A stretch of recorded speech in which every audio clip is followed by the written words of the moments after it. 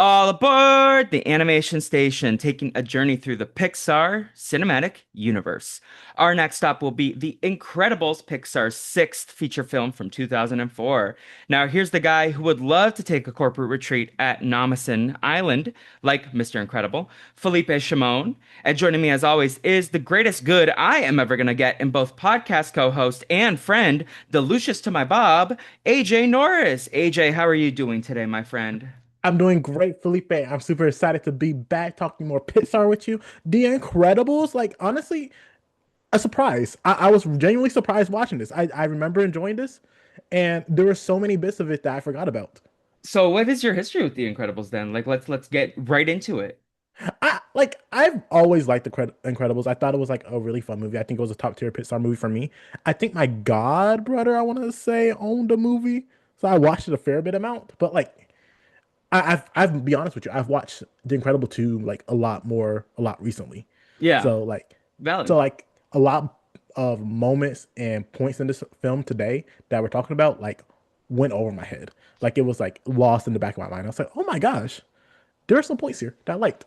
I've definitely seen this movie a ton, especially like as a kid. Um, and I played the video game, the original Incredibles video game quite a bit. Mhm. So like this is like a familiar franchise to me. But like you said, there's like some like really funny moments that I completely forgot about. Like you remember the memes, right? Like we talked in the pre-show, you remember like where's my super suit? But then like the Yeah. scene is so funny beyond that. So Like there's funny. also just like random jokes. Like Edna Mode, of course, has so many great moments. There's What you such say? Ask uh me again before I become sane. yeah. Darling, darling, you do too much. Gobble gobble. Like let me tell you something. I did not remember Edna Mode being such a shit stir.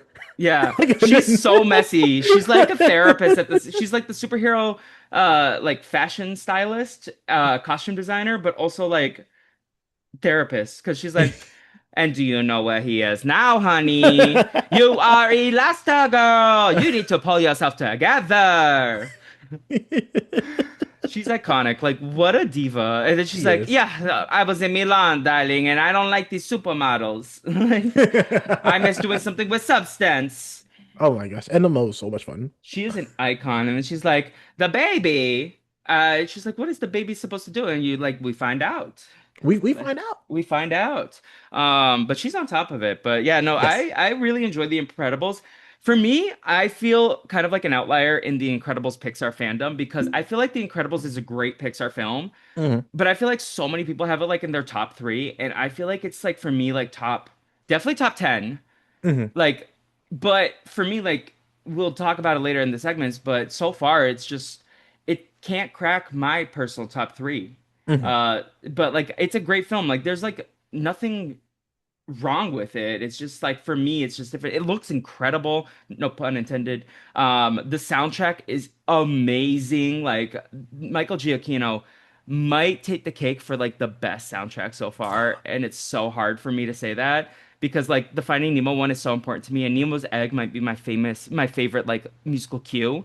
But like there's also some good ones in Toy Story, but this soundtrack is so freaking good. It was so good, Felipe. Like I cannot even tell you. Like there were points where I was just like vibing along to the music as it was playing. Like I love this soundtrack. So like this is my favorite so far. And like I Yeah. agree with you that Finding Nemo is also like I think one of the stronger ones. Toy Story also has a really strong one. But like this one, like it was in the middle of the movie. Like I was just paused and I was like, I appreciate this a lot. Like this is really good. It's a lot of big band brass instruments and like the way they recorded it on analog as opposed to like digital recording like is it stands out and it's just awesome. Like the vibes of this movie are kind of immaculate if you hear me. Like I feel cool watching this movie. Like, Right? like You yeah. feel like I want to be Mr. Incredible. I want to go to these corporate retreats in a volcano. I want Yeah. to I want to like have that family life in the retro futuristic 60s. Like it's so Hmm. good. This movie's also a little edgy, like especially for like modern days. Like Yo, the movie yes. starts with an unalive attempt. Like we and they're like, I didn't want to be saved, and you saved me and broke my neck, and then that's why he's getting sued. I'm like, oh, I don't think that would fly today in 2026.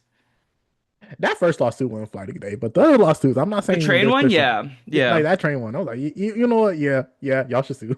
But like this movie looks sleek, and this was all written and directed by Brad Bird, who was the first Pixar outside hire. So he did the movie The Iron Giant at WB, and WB did not love the reception of that movie because it was considered a failure, even though it's a great film. Like, have you ever seen The Iron Giant? I have not. No, highly recommend. Season 7. But season seven, season seven, fair enough, fair enough.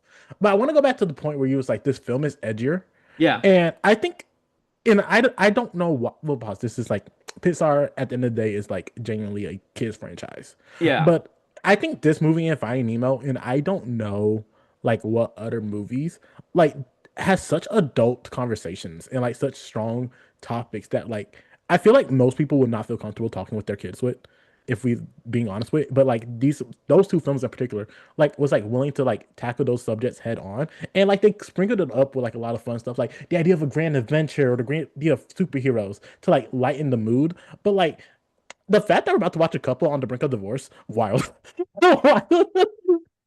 It's crazy that like they hit so many like adult themes and like they have in the other movies as well. Like Toy Story is about like being replaced and Mhm. like friendship and toxic coworkers, I guess.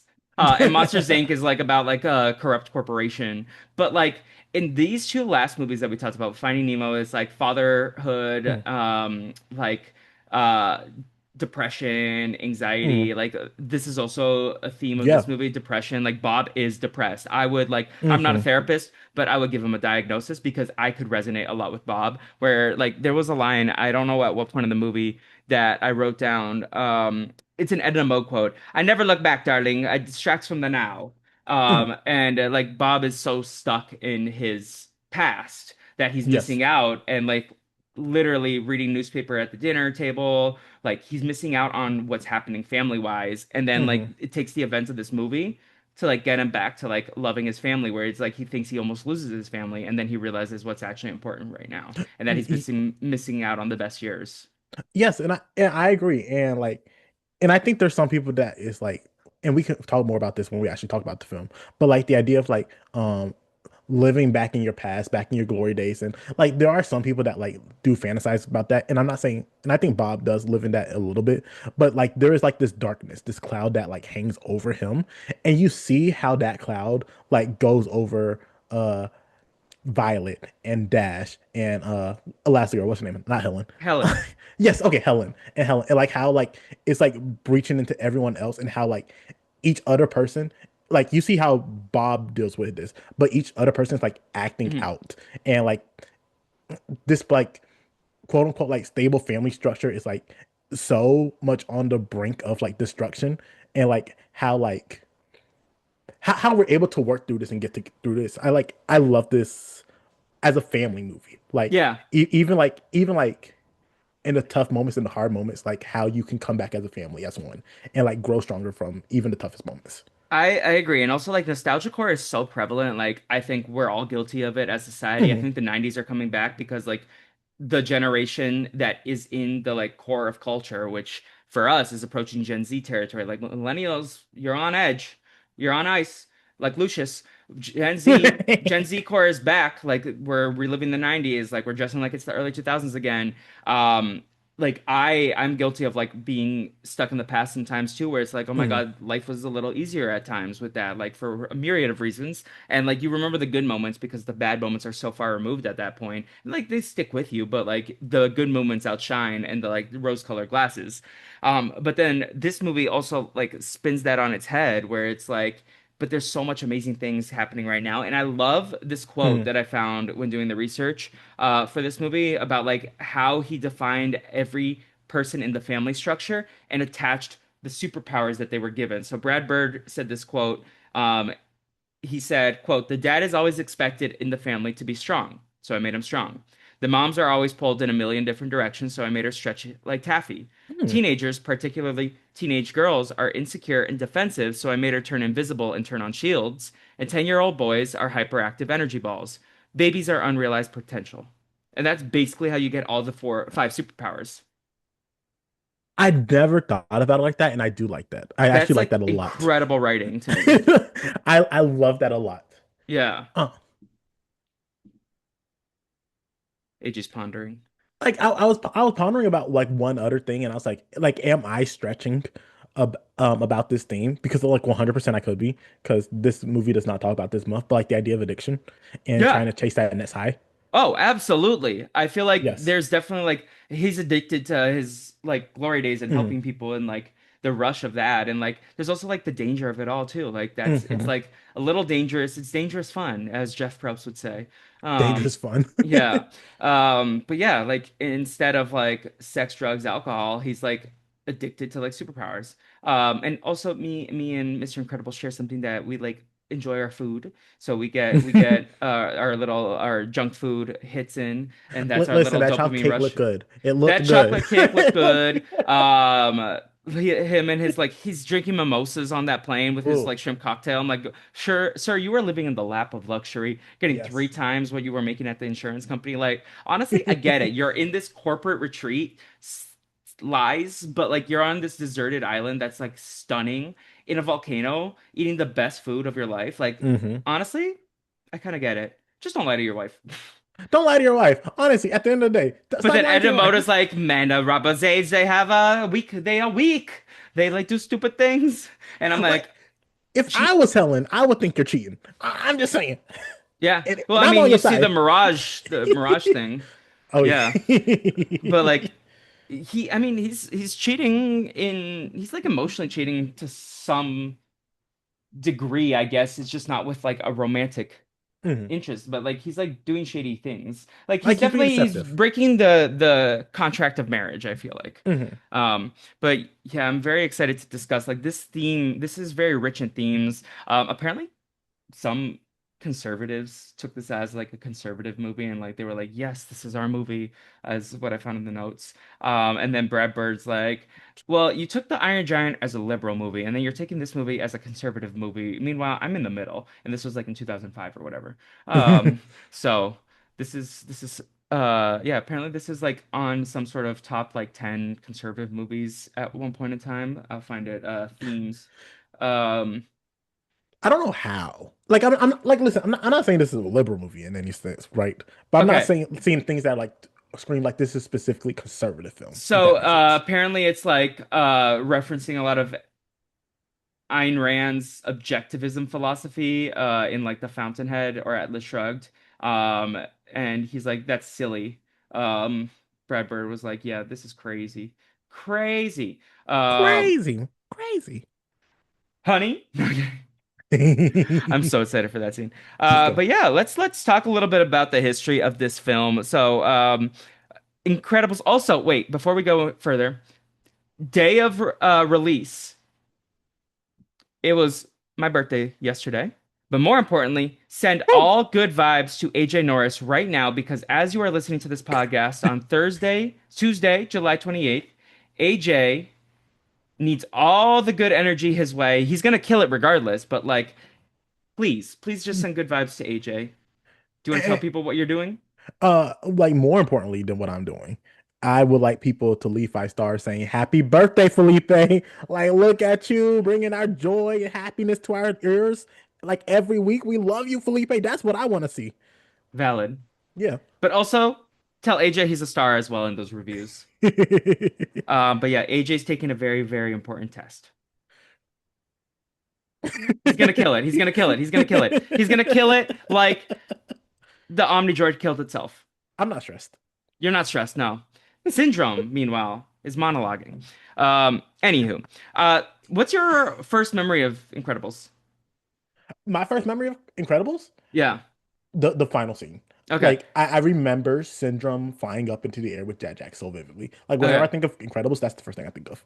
I for me like I remember seeing it on Thanksgiving of 2004 because like these family friends who live down the street from my parents' house they were like we're gonna go see the movie and I was like can I and my parents let me go with them and I remember having my little popcorn and this is like I know I saw Finding Nemo in theaters but this is the first time I remember like where I was and like actually watching the movie in theaters, and I had a blast watching it. But like The Incredibles came out in October 24th, 2004 at the El Capitan Theater.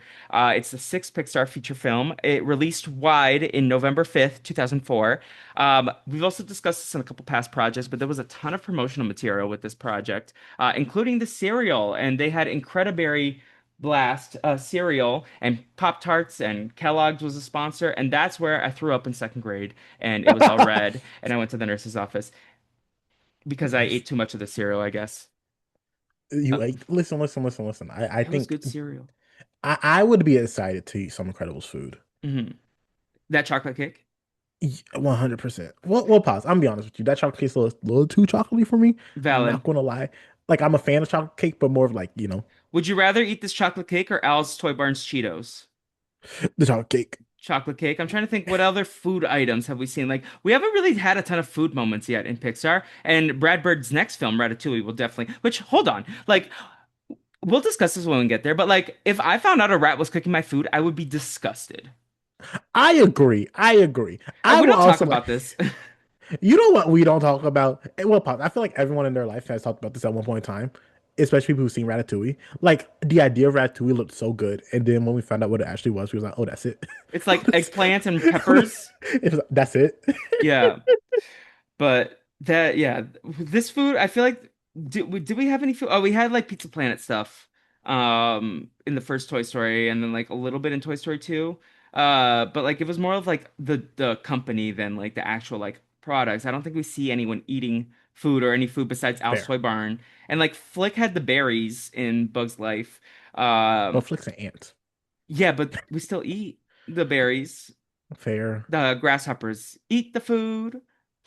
Um, but yeah, I think this is the first time we see like real food in this movie, like humans eating food. That steak looked kind of like mid. I'm not gonna lie. Like, pause. My biggest issue is that family scene of the family dinner. That's the most wild family dinner I've ever seen in my life. Like, we'll Yeah, talk about it. we'll talk about Um, it. But so so leave him point, but like, yeah. AJ will stop stressing. But so this is written and directed by Brad Bird, first outside hire. He wrote The Iron Giant, directed it at WB, and it underperformed. And he was a friend of John Lasseter from Cal Arts. He was talking to John Lasseter about this, and John Lasseter was like, "I love that idea." And he brought his core team over from Warner Brothers to Pixar. And he was originally going to develop it as 2D at Warner Brothers, and then they had to like experiment with 3D for Pixar. This is the longest Pixar movie thus far, 115 minutes runtime, and then it had 121 minutes on home video. So I Hmm. want to know what the six movies, if it was the Disney Plus version, which ones, like what the extra cuts were. Um, I feel like I remember distinctly on the DVD version. You got to see Jack and the babysitter, and the babysitter going crazy, like what oh we hear. yes, I missed Yeah, the babysitter. She's crazy. she is crazy. Yeah, put her in the Big Brother house. Um, budget between 92 million to 145 million. Okay. 631.6 million dollars at the box office. It is the third Pixar film to be added to the National Film Registry by the US Ooh, Library of Congress in January of 2026 this year. The oh, first was Wall-E, the second was Toy Story, and the third was Incredibles. I'm Can we so talk excited for about Wally. the set of this film? Because like the retro futurism of the 1960s is so freaking cool. Let's talk about it. I love it. Like the retro futurism, like how it's like they're using computers so it feels like it's early 2000s, but then it's also like the vibe is like mid-century modern and like Hmm. so it's like the past and the future melding, and I feel like is that what Big Brother's trying to go to with this house?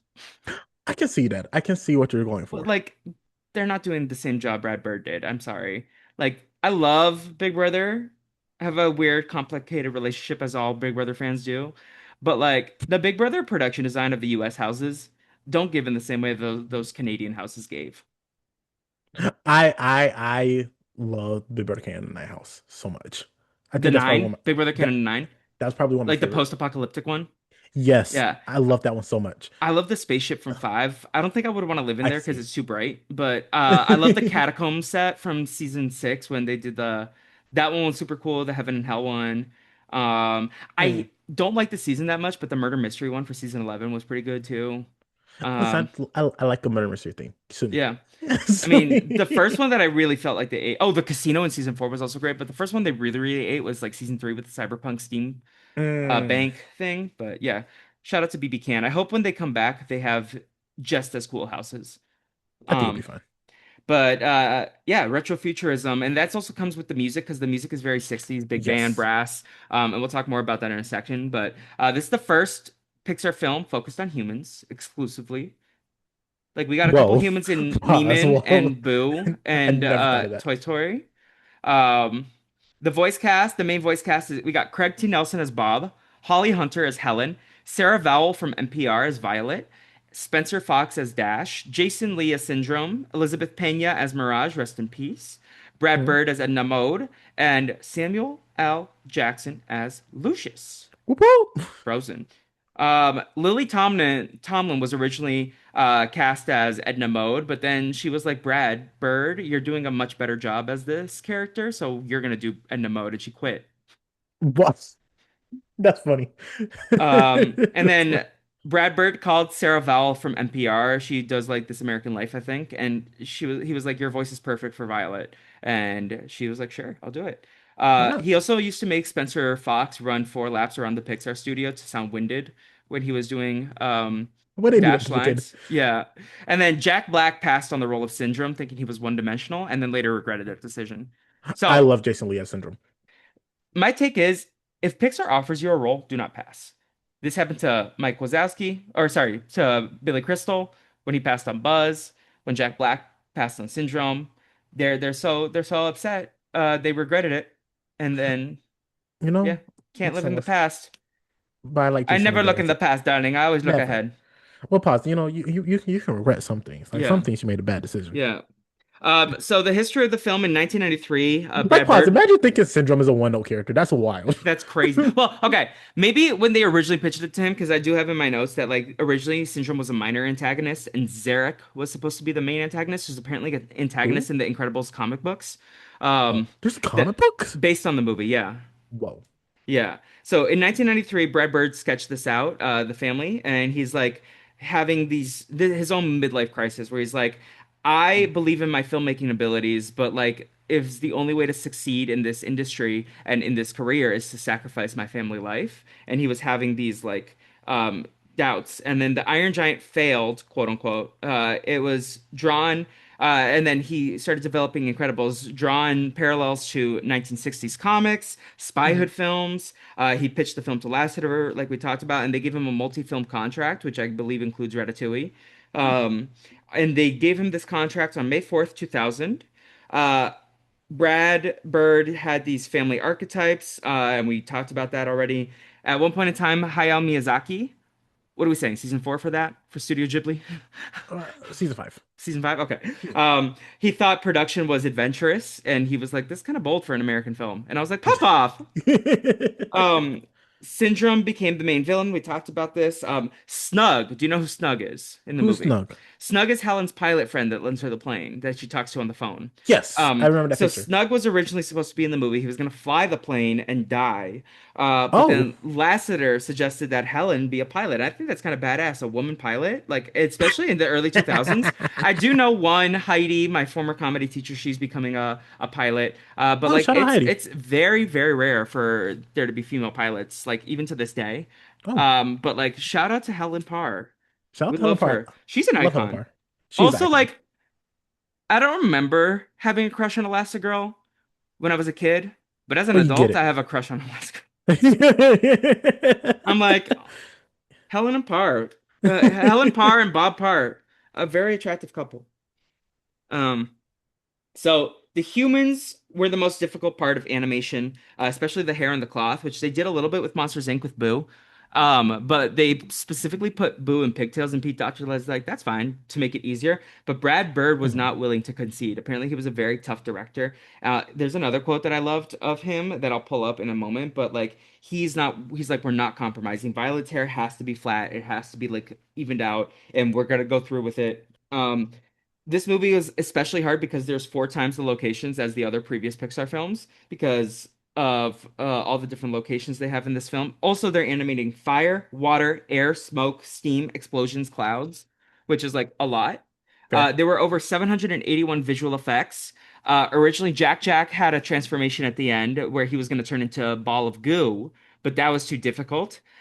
The animators had to go to the producer John Walker to speak on behalf of them.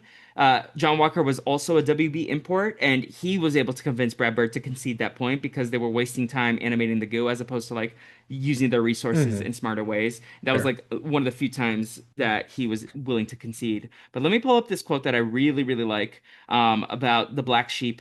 It's a long one, so I'm gonna The kind black of like sheep. gonna stick to this middle part. If anyone wants to read the full quote, it's in McKinsey Quarterly in 2008.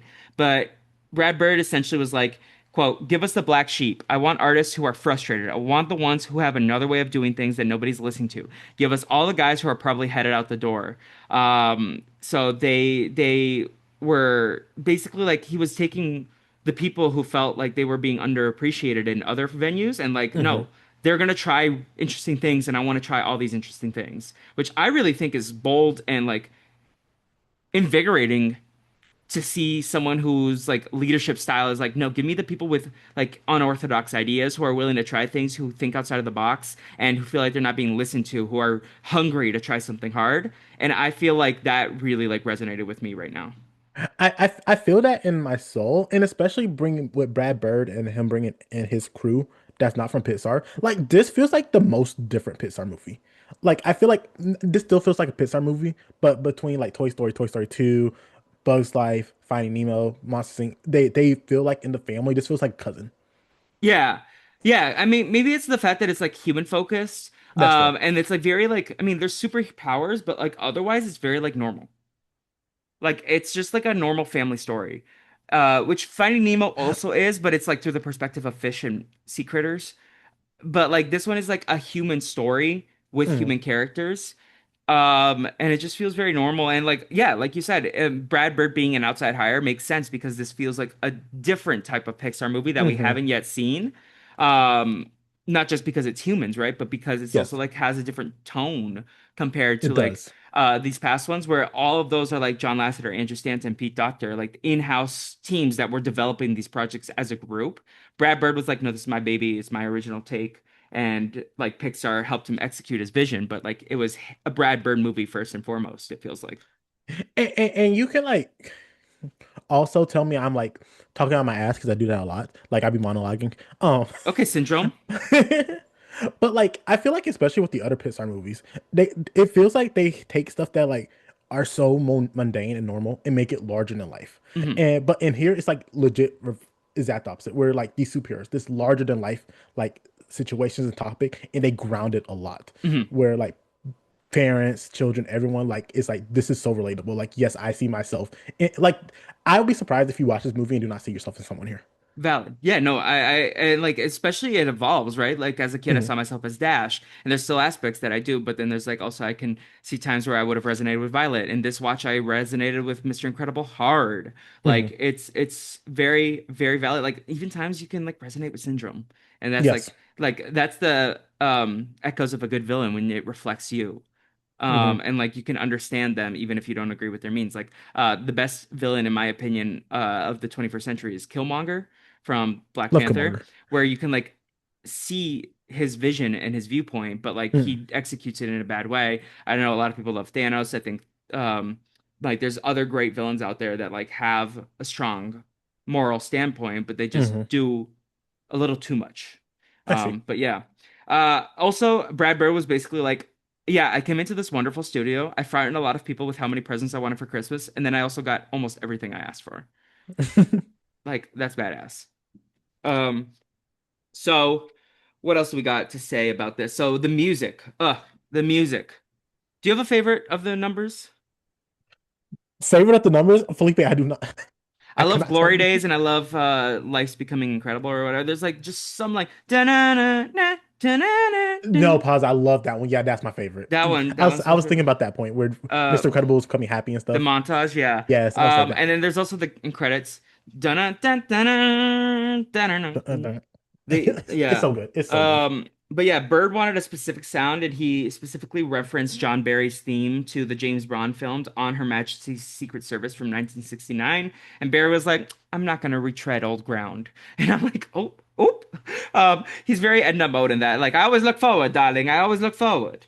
So then they went to Michael Giacchino, who like at this point I feel like had only done Lost. Maybe he had done other stuff, but like Michael Giacchino, and then Dan Wallen was the recording engineer, and they Mm. used analog tapes with instrumentalists and musicians in the same room, conducted by Tim Simonik, which was like super brass heavy, super trumpet heavy, which was like so cool. This soundtrack is incredible. I just want to sit down and grab a whiskey and Right? like I genuinely do. Like grab a whiskey and listen to like a jazz quartet Yeah, playing like this. oh my God, like it's Like so wear a good. tux. This soundtrack makes me want to wear a tuxedo. You know what? Yes, Yeah, I smoke agree a with you. cigarette. Yeah. Um, the marketing for this movie, so we talked about Kellogg's and Pop Tarts with the cereal, but like other big companies was like they got Tide, Downy, and Bounce, three different laundry They got the companies. competitors Yeah. working together. McDonald's, Kellogg's, Pop Tarts, Pringles, and they had a limited time Incrediberry Blast cereal, which was the one that I threw up in second grade. I did laugh at you. The theatrical trailer was added for Finding Nemo, and then this movie was released with the Pixar short Boundin'. Do you know Boundin', the one with the sheep jumping? Yeah, yeah, bound.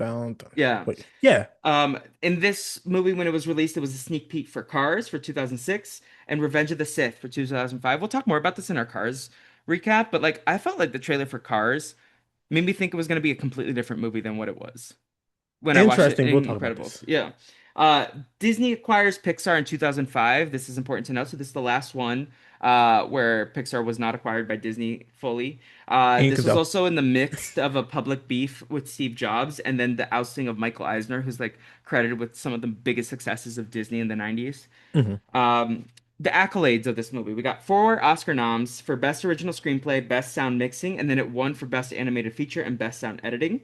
It won the 2004 Best Animated Feature at the Annie Awards. It won the 2005 Hugo Award for Best Dramatic Presentation in Long Form. It's on the top 10 lists of top 10 films of 2004 for the American Film Institute. It's on Empire's 500 Greatest Films of the 21st Century for 400 at number 400.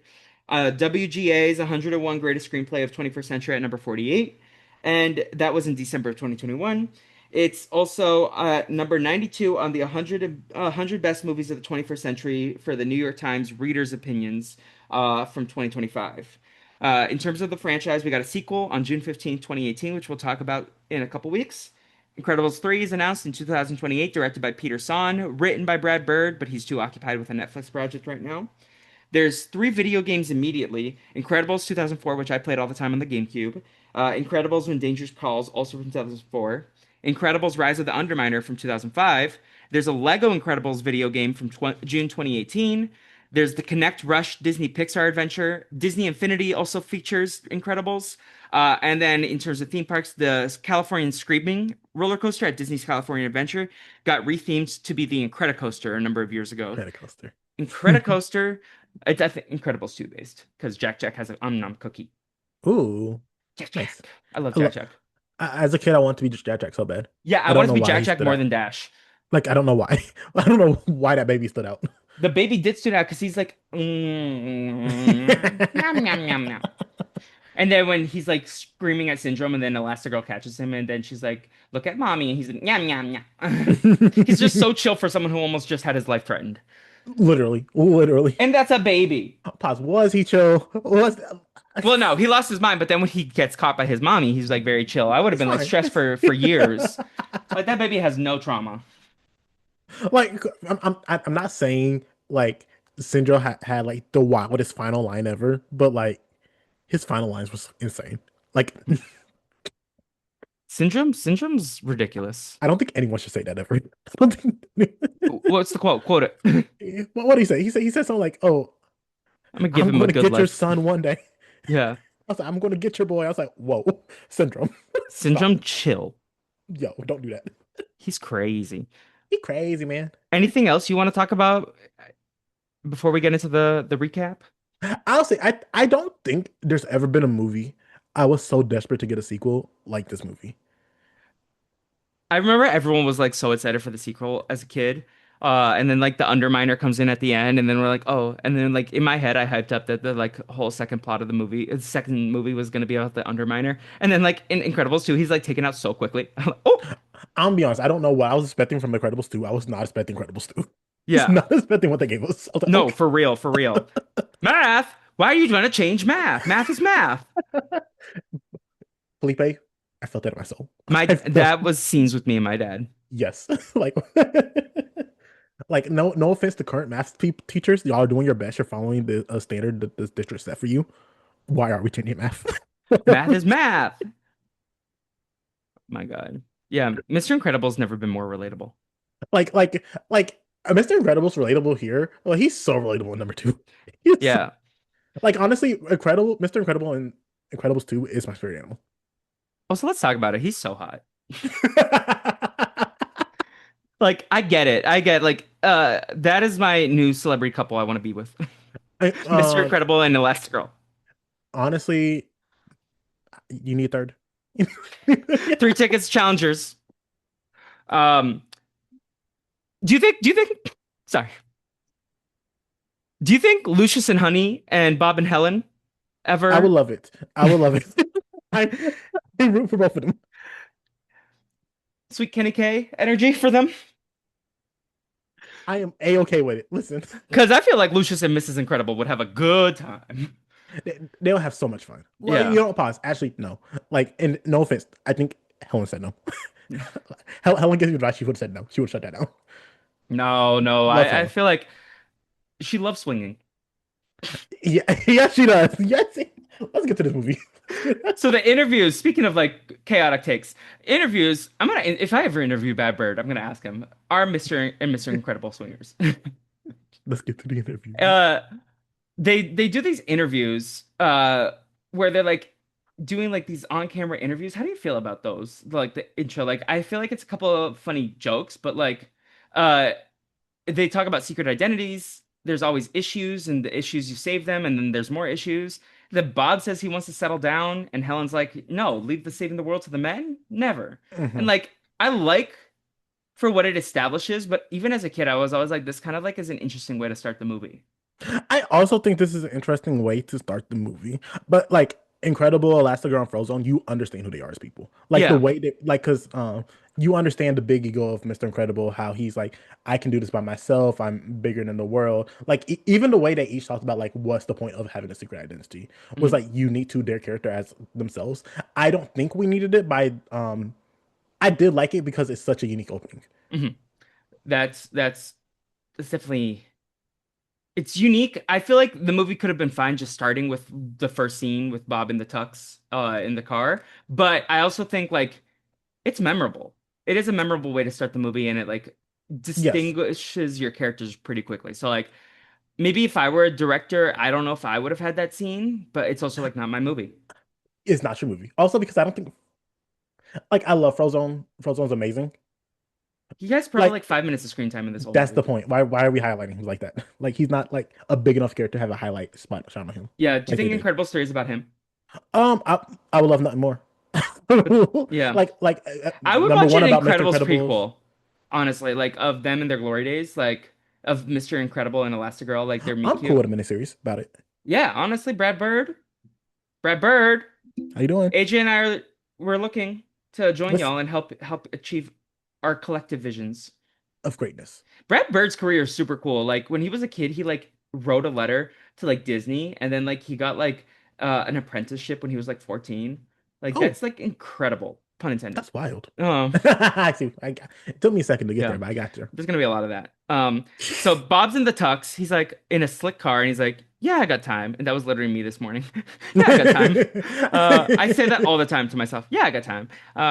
That's ADHD 101. Saves cat in a tree. The tree falls onto this car robbery, crashes the car, and then he goes back to his car. And who does he see? Buddy. Buddy. And Buddy's like, I'm gonna be your assistant. I'm incredible. And he's like, get out of my car. Which, to be fair, I would be so pissed. You get in my car and I don't know you. Plus, that was wild. Like, okay, let me tell you something. That was an Buddy insane thing knows to do. no boundaries. Okay, which is wild, more wild. Buddy, like entering himself into Mr. Incredible's car, or Mr. Incredible leaving his car unlocked. I think Buddy getting into the car. Cause like, have you never? Felipe, I'd be I like double click all the time, all the time, every but single time. like if I'm literally just like going and putting something on a doorstep and getting back in my car, like it's not the end of the world. It's not the end of the world. I agree with you. But It's not. buddy, if you get in my car and I do not know you, that's wildin'. I just might be a paranoid person because I check the back seat before I enter my truck. I'm like, No, that's valid. No, we are smart. Mr. Incredible should have double clicked. But it's also the 60s, so who knows what it cars were is the like. 60. People have more belief in humanity. Yeah, we're not chronically online yet. Yeah, But Buddy Pine, what the hell is wrong with him? he's his number one fan. Yeah, hey, wait outside. And he's like, "Oh, you're the kid from the convention. I signed your autographs. I like things." And he's like, fly he's like, "Fly home, buddy." And then we get rid of Buddy for that moment. And then there's another attack. Elastigirl punches the guy in the face and he's like, "Yeah, she got me first, man." And then they're flirting, and I'm like, oh, the sexual tension here. And then Bob arrests him, and then Frozen tells him to get ready, but hmm Bob sees, I got time, and then he sees this man, and like, content warning, trigger warning, we're going to talk about suicide because it hmm is part of the plot. Um, but this man jumps off a very tall structure, and Mr. Yep. Incredible jumps over this massive highway, hmm saves him, breaking his neck Yeah. and then encounters Bon Voyage because Bon Voyage. he hears a clicking. That is so funny. Like even as a kid, I was like, "That's funny." It Bon was good. Voyage. It was And then guess who shows up? Incredible. Fly home, buddy. I work alone, but he's like, no, but I'm invented these. Can you fly? I can fly. And then Bon Voyage says in French, and your suit isn't gritty. Like it looks ridiculous. Here's my truth. I think Bon Mr. Voyage, a funny character. a funny character. I hate this is the only time we see him. Yeah. Uh, Mr. Incredible has a valid reason to be like, buddy, you need to go. Like this is like this man has the bomb, have bombs plural. Like this is not a place for a child. Yes. That was not Mr. Incredible's motivations Buddy for needs saving to be Buddy's like Brad Bird and write him a letter to get an apprenticeship. life. Like he should not be like imagine Felipe, like he already did. He's not getting any yeah, responses in the mail. He's that's not. valid. That's valid.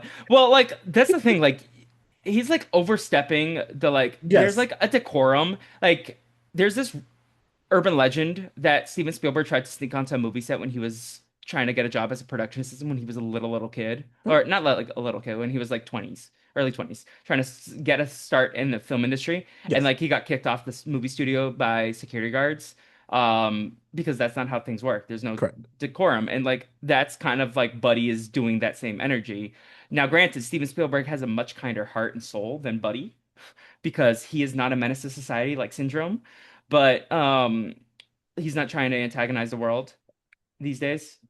He's just like thinking about it. He's like, One of I my watched the questions, BFG. That was an antagonistic to my heart. one of my questions coming into this uh podcast, like, was Incrediboy, who will future be known as Syndrome, was he always bad or did he become bad? Was he like created by the rejection, the I constant think like the being rejection turned and away? lack of therapy definitely like corroded his heart. Mhm. And then when you get into the tech game and you're selling all your inventions for bags of money and more corruption can occur, I think it's not just Mr. Incredible that like ruined this man's life. But like But also did he ruin this man's life? Because look at the island he owns. yes, but like how many people do we know got successful out of spite and became terrible people? A couple. There's a president right now. So like let me tell you something. People will become successful out of spite. I wish I had a character trait. I I mean, genuinely do. you're partway there. I think we're both petty kings that Knock, like knock on wood. it's just we're still in our development process. Like okay, Like we're in that 15 years and then but like okay, the one thing I will say about here- Syndrome is that like there's aspects of him that are like deeply relatable where it's like I gave you everything, like I look up to you and like I bent over backwards and like showed up for you so often and like I feel like you gave me crumbs and dust and like you didn't give me a chance. And like there is like a tenor of your mentality that changes over time, Mhm. but like it's also like there's other things, buddy. Other Like things you could go be your go look go maybe Frozen will take an apprentice. Here, Probably here, not, but no, no, not Buddy. Gazer beam, maybe? Do you think he tried this with everyone? Like he's just going to every superhero and everyone's rejecting him. Like Meta Man, Dyna Guy, He's like, does nobody need a Robin? Does Strato Girl. Yeah. Literally, does nobody need a Robin? This is like I mean, this is like I mean so okay. In yes. Gotham City, it's much darker, right? Batman's Hmm. parents died, Robin's parents died. There's a reason why these supervillains are so toxic. It's because in Hmm. Gotham City, they're like so petty. Like, and then imagine if Batman was like, "No, Robin, go fly home, buddy." He would turn into Syndrome also. Like, so it makes sense. Like, this is reflective of the comic book genre, I think. Like 100%. But where I'm going from this is like I am a firm believer of do not coddle kids. You need to be straight up with kids. Like kids understand when you're like giving them a runaround. Comma, but like also they are still kids Yeah. and they are still developing, and like how you tell them things, you do not know what's going to stick with them and what's going to cause like so much harm. And Mr. Incredible was like being like there's a way to do this with Buddy where it's like your safety X, Y, and Z, like no, Hmm. go home. Mr. Incredible's nasty with it. No, yeah, he. Well, the one thing I will say is You that are not like it affiliated with me. in this one moment, like this kid just blew up a building in a train station. Like I understand why he's like pissed. Like Yes. he should have been more kind in earlier in the day Yes. when he like sees him after the cat rescue. Like he should have been like, okay, let's go talk to your mom. Like I appreciate that you want to help, but like I cannot take you on as an apprentice. Hmm. You can help in other ways. Do your own thing, but don't interfere with what I'm doing. Like, I don't know. Like, there's another way to speak to him. Like, if you want to like help, go like sign up to be a 911 dispatcher or something. Like, Like you, because you can do so many good things in this world and you yeah, don't have to be a superhero. Like full stop. exactly. Yeah, AJ's a prime example of all With the that good being things he does in this world. with that being said, because And one you of the look ridiculous. with no, I'm in, more to the train scene. I think Buddy made a lot of mistakes. I also do not think Mr. Incredible was acting reasonable when trying to save people. He was being reckless and causing a lot of harm to the city, and he should have got sued. I He will should have got say, sued. yes, he did cause a lot of harm to the city. But like, what do you want him to do? Let them die? If he has like moments to think because that thing explodes, and then he has to just like jump and like do whatever he got to do. Like I like when you're doing CPR training, you're supposed to crack a rib Mhm. and deal with the consequences later. Like if you need to crack a rib, you crack that rib. Yes, here's the thing though. Here's the thing. You cannot cause the peril that the people got in. Well, And it's not his fault. It's Buddy's fault, in my opinion. he took the bomb and he threw it to the ground where people were. Like Buddy, Mr. Incredible did that because Buddy was not even aware of the I bomb. felt like the bomb fell off his foot because he was like No, had the bomb on his foot. Mr. Incredible took the bomb and then he threw it. Well, what do you want him to do with the bomb? Uh, Just hold it? you are on a flying person. Go up into the sky. Like take it away from other people. Like your job as a superhero is to cause as little harm to as many people as possible. And you are act and like by throwing the bomb recklessly, you are potentially Well, putting more if he people in throws it danger. up in the And air, what just if it because falls and then hits the ground and explodes? Like I feel like here's my thing, just because and I agree that when you are in life or death situation, you have split seconds to think and you have to act with your best judgment. I think, and this more not comes from this scene alone, but how I see Mr. Incredible is as a hero going on to mhm, the film and throughout the movie and prior and in the future. He's not a cautious hero, no. and he is a very reckless person. And I feel like if this was Elastigirl in the situation, we would not be in the same situation.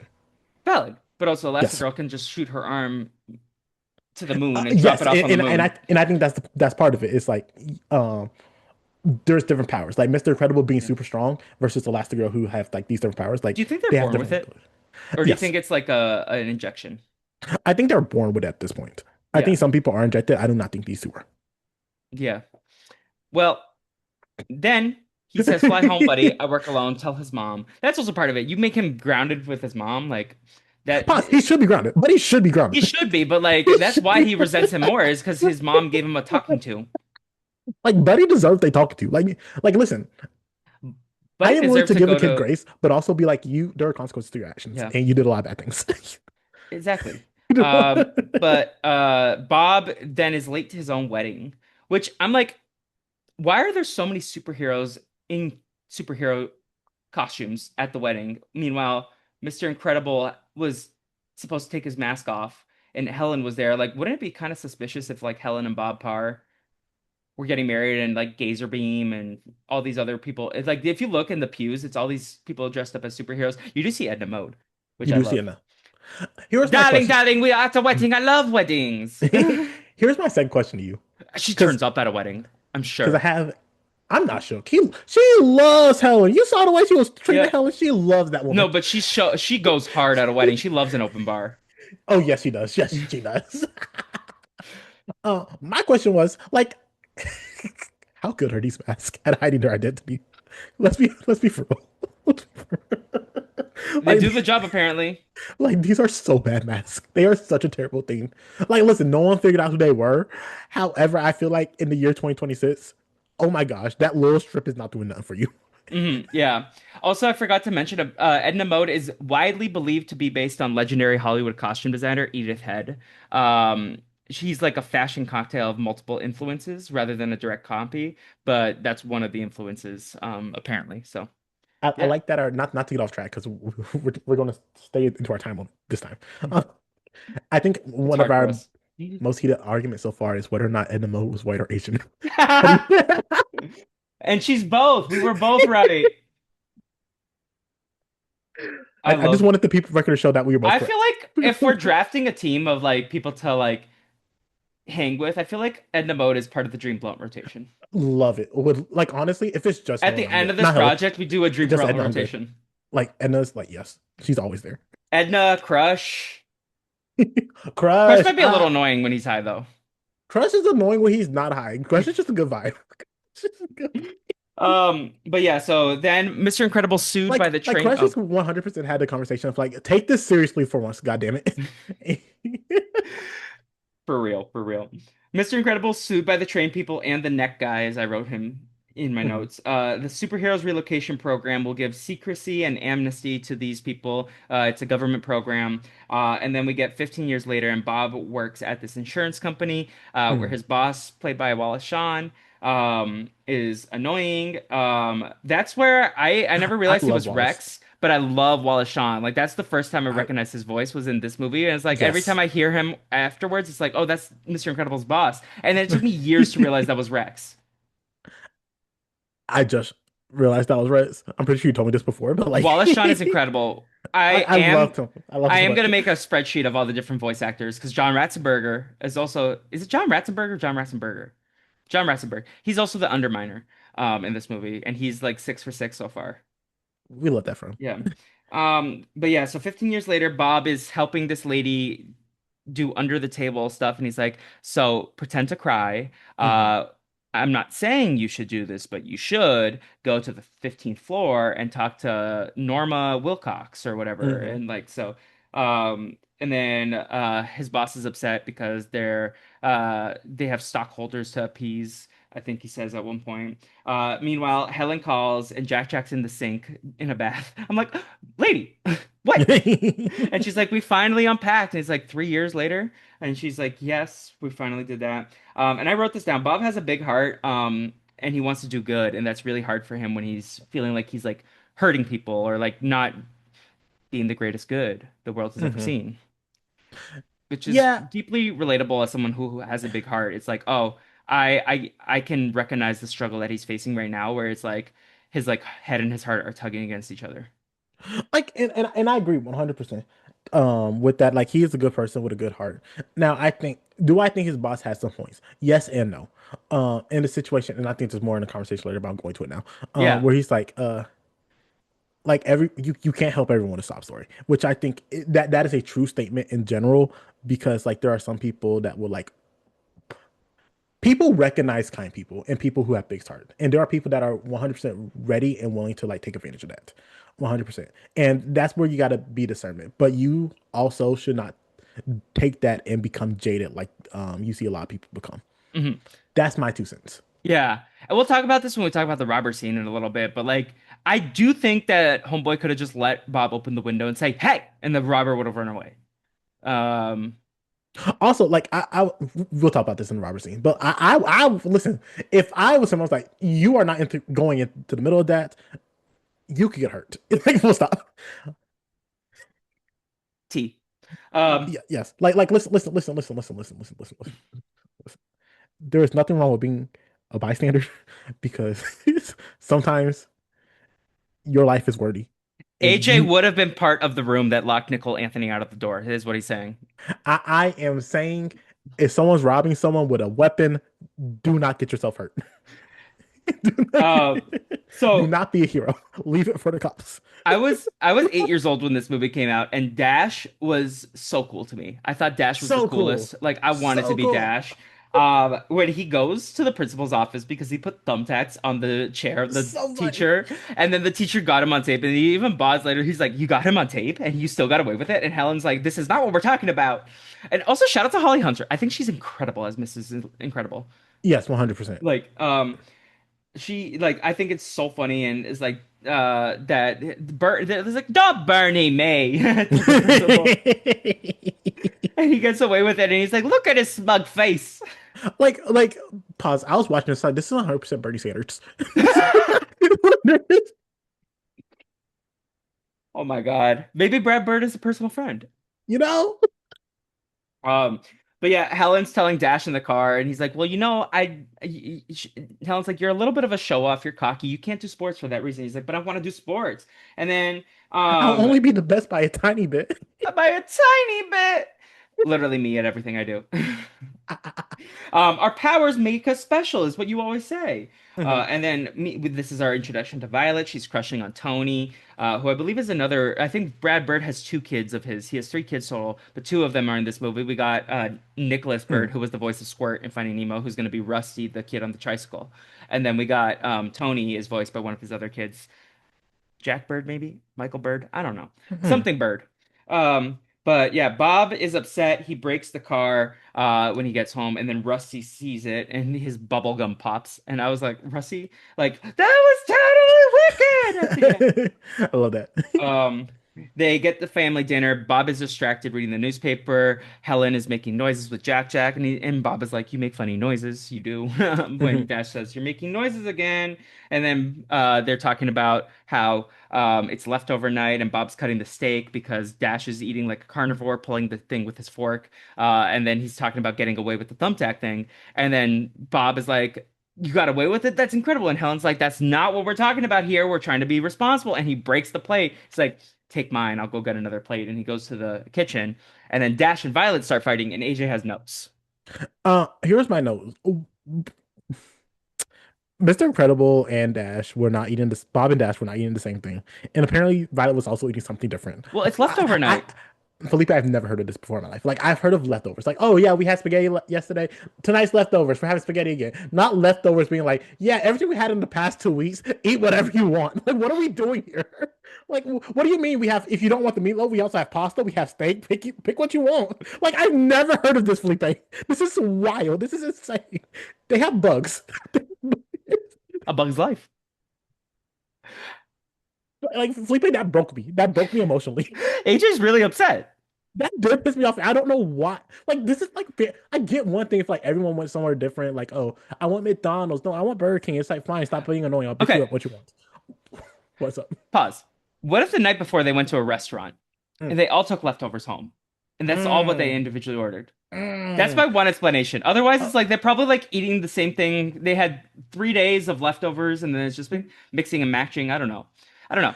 But Jack is audience, eating baby food. I would like to let you know Felipe shut me up. But that's my one theory. He, Do he, you he, remember in he's, Big Brother 9 when Adam would eat baby food and got baby food in his HOH basket? I like to not think about Baby Nine. Till death do us part? Yes. Like, Um, like I hate that season. that season is like one of the MTV seasons. Like Fair enough. I I feel see like that. my take is Big Brother 15 is the housewife season. Mm, If like all these housewives play Big Brother mm. with also a ton of racism. And then Big Brother 21 also with a ton of racism. It's like if the MTV The Challenge like did a fresh meat season, but they were all in Big Brother instead. Did I make that up that Aaron's like being on a housewife No, show? she That is on a Housewives of Texas sort of show. that's insane. So Yeah. your theory is actually have a lot of validity to it. And in this essay I will. So this family dinner, is that all you had to say about the dinner? Just the leftovers? Like that was my only Or point. I thought you were going to talk about the fight when you said you had things to say. No. But yeah, and then Dash is like, Well, "Hey, well, no force fields." I do think it's actually very interesting how dejected Violet is from her Yeah. family and how she's not willing to like not entertain. I don't know if that's the word I would use, but like be a part of this family unit as well as like you see also on the side like Bob is also dejected from his family unit as well. And you see Helen on the back, even though she's dealing with a baby, trying to like bring a semblance of normalcy to this family, even though like Dash is in trouble. My husband is clearly dejected. My daughter is not interacting. Like how do there's clear dysfunction here, and I want there to be a sense of sanity, but I also do not know the either she don't know the root of the problem or do not want to confront the root of the problem, Mm. which leads to even more division and fission of the family unit. Yeah, Helen definitely knows more than she's letting on, but she's Mhm, also like trying to keep it stable and normal and like trying to mhm. stick to it. Like they've relocated a couple times, it seems like. Yes. So it's like, oh, I know that Bob likes being a superhero, but we have to like be normal. And like, if I make it work, maybe it will make it work. Like, if I do everything I can, and they're like having like us attack, all their powers are being used right now. And then they hear a doorbell and then they all sit. And then it's like Dash goes to open the door up and it's Lucius. And he's Mhm. like, oh, Lucius. And then he does the frozen trick, which is super cool. And I then like Dash it. is like, aw, I like it when it shatters. AJ, do you like bowling? Yes, I love bowling. I like bowling. I just hate, as a boy with OCD, I hate the combination of putting your fingers in the bowling ball and then going to grab a chicken nugget. And then like the combination of like food and bowling, I like because I like washing my hands, so I don't like how you mix it all. But no, bowling can be fun. And we talked about candlestick bowling, I'm pretty sure already in this podcast series. Maybe Toy Have Story. we? Yeah, I think we have because I talked about like Massachusetts type of bowling where it's like 10 pins and like the little baby balls and there's no the Yes, three. you did. Yeah, okay. Yes, yes, yes, yes. But yeah, so that's what they're going to do. But before we do that, we do find out that Gazer Beam is missing because Bob says that's Gazer Beam, but it says this man is missing, and he's like a Mhm. superhero advocate in the newspaper. And Bob and Lucius are listening to the police scanner to try to relive the glory days, and then Lucius is like, "I just want to go bowling. Like, what if we do what our wives think we're doing?" Uh, Meanwhile, Mirage is listening, and she's listening for Frozen. It kind of seems. Yes, Um, and then they save a fire because Bob gets excited. They save people from a fire. they save a fire. They save a fire. Oh Lord Jesus, there's a fire. Ain't nobody got time for that. And I Mr. got Incredible did bronchitis. not. Yeah. And then he's like, make the like he yells at Frozone to like cool the set down, and then he's like, there's no moisture in the air. Mhm. And then they like knock into a Julie's store wearing their ski masks. Listen, if they just went bowling like Frozen wanted, we would have never been in this situation. Nope. But then he's like, the police officer comes in, he's like with the gun, he's like, freeze. And then he's like, I'm thirsty. I'm just gonna get a sip of water. He's like, drinks it. He's like, you had your water. He's like, I know. Freeze. And that's so It's cool. so cool, Felipe. It was so hype. Yeah. It really And then they was. run away. They run away. And then the like police officer turns around and almost hits to the nose with the like frozen stick, I guess, the icicle. Um, so they Mirage is like, let's switch targets to Mr. Incredible. And Bob and Helen argue. Bob is eating the chocolate cake that you mentioned. Do you think they partake in the Medea No, chocolate? they did not. No. Do you think you have to drug test to be a superhero? The drug test, that's funny. Um, but yeah, so no wonder now that we go back to the bomb situation, maybe Mr. Incredible does partake if he's that reckless. Fair because I think I hated him If in he's this that depressed, argument. he's probably partaking. I hated that argument with Helen that he had, On especially was his like side or her side? on his side. I like because here's my thing. I agree with everything Helen said in this argument. Yeah. I'm beyond, like being a superhero, it is outlawed. You are lying to me. You said you were going to come home. It is so late at night, and now you're putting yourself in dangerous situation. What do you mean you knocked down a building? Like It this was is the coming same down. It was structurally unsound. I'm that just quoting. I know, I like agree with yeah, you. yeah, but that's not your job. Like, and I think Again, it's an this is addiction. it's an addiction, and this is where Mr. Incredible like lost me a little bit because at the end of the day, especially with him and Dash earlier, I was like. you are not being a good father figure right now. Like you are putting yourself in George Michael would danger. not sing about you. No, no, no, no. Like, and I get like how bad this like wanting to like feel this high again. I can understand that. I can understand the struggle that is. With that being said, you have your son there, you have your daughter here, you have a baby here. Like, if something happened to you, those guys had their guns pointed at you. Like, I don't think Mr. Incredible is immune to a bullet. Like, he was on. You were in a burning building. Like, you have to like once you add kids into the conversation, you have to move differently because those kids need you and depend Hmm. on you. And I understand, like in that case, you like need help, talk to people. Like honestly, here's my thing. I also blame Frozone because I think he's an enabler. Full stop. Like I like Honey would have shut this down. Honey, where's my super suit? Honey would have shut this down. But this is Yes. also like why you are the Frozone to my Mr. Incredible because you enabled me to do these podcast shenanigans. But no, you're absolutely in the right, and this is why Helen is the voice of reason. But also like you don't get a good movie without flawed characters, and I think that like 100%. the stakes are high, but like everything you say is so important for Bob to hear, but he's ignoring that. Like he's Hmm. distracted. He's so miserable at work that it's distracting him, and he's making risky decisions, and that's the product of a toxic work environment. And honestly, Mr. Incredible needed to get fired for his mental health. Yes. With that being said, like, and I think this is like why I enjoy the movie so much. And I think you talked about this, but like every single character I get, like I Yeah, understand it make you make perfect sense to me. especially Jack And Jack. 100% Jack Jack. Like Jack Jack. Can we talk about the scene? Wait, can we go back when Violet's like at the dinner table and she's like, everybody's in this normal's not normal except for Jack Jack and he's not even toilet trained yet. And he's like, and Dash says lucky about this That being was so normal funny. part. That And was it was like, hilarious. okay, Dash, you want to be changed? I'm like, That was funny. Yes, politely. yeah.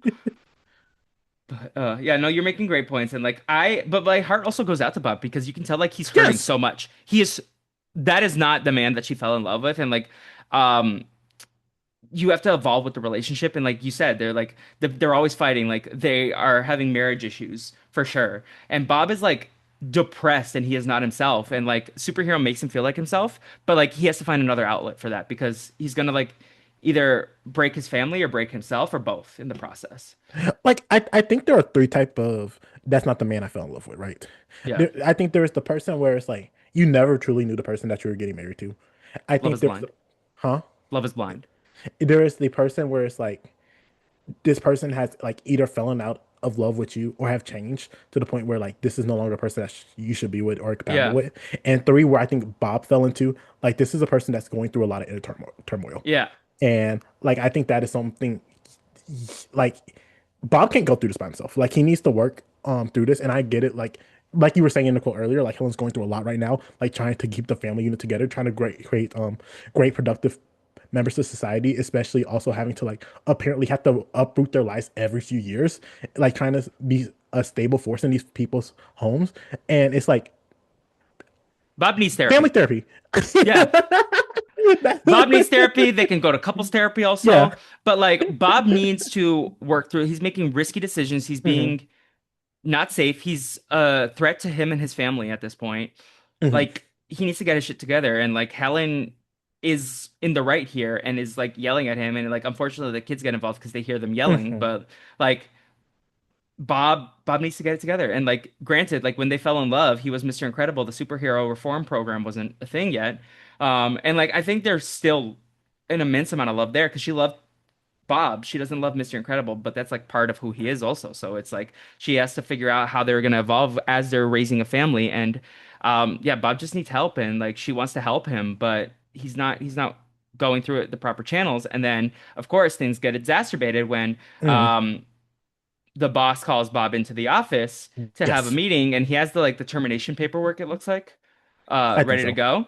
But then they have the robbers in the corner and then he's about to give the termination paperwork to Bob, but then he's like, no, like I'll give him one more chance, it sort of seems. But then the robbers get away and Mr. Incredible gets pissed. And Hmm. then Wallace Shawn's character boss says something like, good, or whatever, and then like he just like Let's hope grabs his we're not neck. we don't assure him or something like that. Yeah. Disgusting. Yeah. Disgu- And he grabs his neck and just throws him through like three walls, three cubicles, and then they all turn and look, and he's like, "Uh-oh." How many of us wanted to throw our bosses through a wall? Raise your hand. My hand is raised. I will admit it. We don't do it though. We do not do No, you do it. not. You keep your hands You to do yourself not in do corporate it. environments. You don't do it. You can't do Yes. it. Like Mr. Incredible is lucky he did not get another lawsuit. Well, shout out to Rick, Shout because out to Rick. Rick, oh, like that man probably hates Bob. He's like, "Damn, you make me work hard." I hate Bob. Yeah, like, but he's gonna wipe some memories. Shout out to the boss who's just like, oh, like everything's broken. Um, so yeah, and then Bob is fired. He goes home, and then he yells at the 3-year-old on the tricycle, or who, how old do you think? 5, maybe? He's like, "What are you I looking think three at?" makes sense. And he's like, "I don't know, something amazing, I guess." Love that kid. Love that Yeah. kid. Uh, so he has his stuff from his box of his cubicle, I guess, and then he's like throwing everything out because you don't need these toxic memories. But then something hard hits the ground in the trash can, and it's like an iPad basically, Mhm. with Mirage, and he's like, "According to the government, neither of us exist, Mr. Incredible." And like talking about this top secret mission, she says 3 times the money you're making right now, and my eyes lit up just like his. And then I love this camera shot where like the room is dark, right? Mhm. And then as she's talking, he looks up and the light of everything super, like the Life magazine, the drawings, like it's just like the light comes back into his face and he feels like happy for that brief moment. And I love the production design of that scene. Like it's wild considering this is an animated film, and I was like, I love the lighting they use in this Yeah. entire film. Like I it is so think, good. and I know Brad Bird is like a massive champion of like animation is not a kid's genre. It is an Hmm. effective way of storytelling and it is incredible at what we can do. And like I hate when people say I don't like animated movies. If it's like something where it's like uncanny for you and it just like is off-putting, that's one thing. But to say that like animated movies aren't great mechanisms of storytelling and that they're unrealistic because they're animated, like shut up. Like animated movies are incredible. They are like Hmm. possibly some of the best way of telling stories, especially like for kids to understand these adult concepts. Like I feel Yes, like you can only succeed in doing that in animation. Maybe I some agree. live action works, but like I feel like a human story for adults that can be for kids as well is often most successful through animation. But I think and I think this was a big topic, particularly when they did the Lion King anime, live action movie, when they was like, there is so much story you can tell without having any dialogue, and that could be like easily lost like without the animation. Yeah. Like animation like brings a different level of storytelling that like I think is like shines through Pixar, particularly in this movie and so many other films that it's like and listen, let me tell you something. There are some animation I'm like I don't like to watch this because it like creeps me out. And that's fine. That's a life. That's Yeah, some but people. that's like some animated movies. That's not all animation. But then when people paint animation as a genre and a Yeah. storytelling medium with like that one brush of like, oh, I hate all animation, that really disappoints me because I feel like there's so many good animated movies out there that you Hmm. cannot do in live action. One of my favorite movies of all time is this it's the silent film. It's not silent because there's music, but it's called Robot Dreams. It's incredible. It's from 2023. There's no words spoken. It's about a robot and a dog who are friends. And I'm like, Hmm. oh, this movie is incredible. Yes. And you can't do that in live action. No. You can't. Like even like you said, the montage, Life is Hmm. Incredible or whatever, that is like epic storytelling and it's just Yes. like no longer than a minute and it's just music and images. But it hits you like a Yeah. bag of bricks. Um, Well, I won't say a bag of bricks. That was like bag of bricks is used for like sad times. well, Mr. Incredible's a bag of bricks because he's a Fair chubby enough. king like me. We love Um, Chubby Kings. I am a chubby king, and I felt this a couple weeks ago where I was like gaining a little bit of pounds left, and I was like, oh, a pant that I liked that used to fit. It's like, oh, it's tight again. Got to get back in the gym. Um, but Bob tells Helen he has a conference while they're blow drying the books that got wet because the thing exploded. And then he goes to the conference and he learns about the Omnidroid 9000, and Mirage is like, Ooh. this is an AI, and I'm like, oh, this is timely, because the AI is learning unto itself. So yeah. But yeah, he's a chubby king. He can't get through until they like force him through, and then he can't get out of the tube, and then so he just punches it. That's He funny. gets a cut on his left arm from the Von droid, and this is just like an action sequence, just pure animation. There's like nothing Yes. really. It's just like fight scene. But they end up in a volcano. I love the scene where he hurts his back, and then he's like, oh, and then the Omni droid pulls him, and like Yes. he like cracks everything, and he's like, Mm. oh, there we go. And I want one of those like, this sounds kind of messed up, but I want like someone to like crank me in one of those old timey like London machines where they like pull the people just to like fix Yeah. my back issues. I think there was a Total Drama World Tour episode where they To did fix my that. back issues. There was a Total Drama episode that they did that to Noah or something and Owen, and I was like, I want that for my back issues, and that's kind of what Mr. Incredible got. Fair enough, fair Um, enough. but then the monster attacks itself because Bob's in the control room, and then Bob goes to dinner in a volcano with Mirage. Mirage is also a baddie. I'm sorry. She is. Um, I wouldn't I feel thought comfortable eating next to lava. you wouldn't. I would not. No, I No. think that would be cool. Probably hot, but cool at the same time.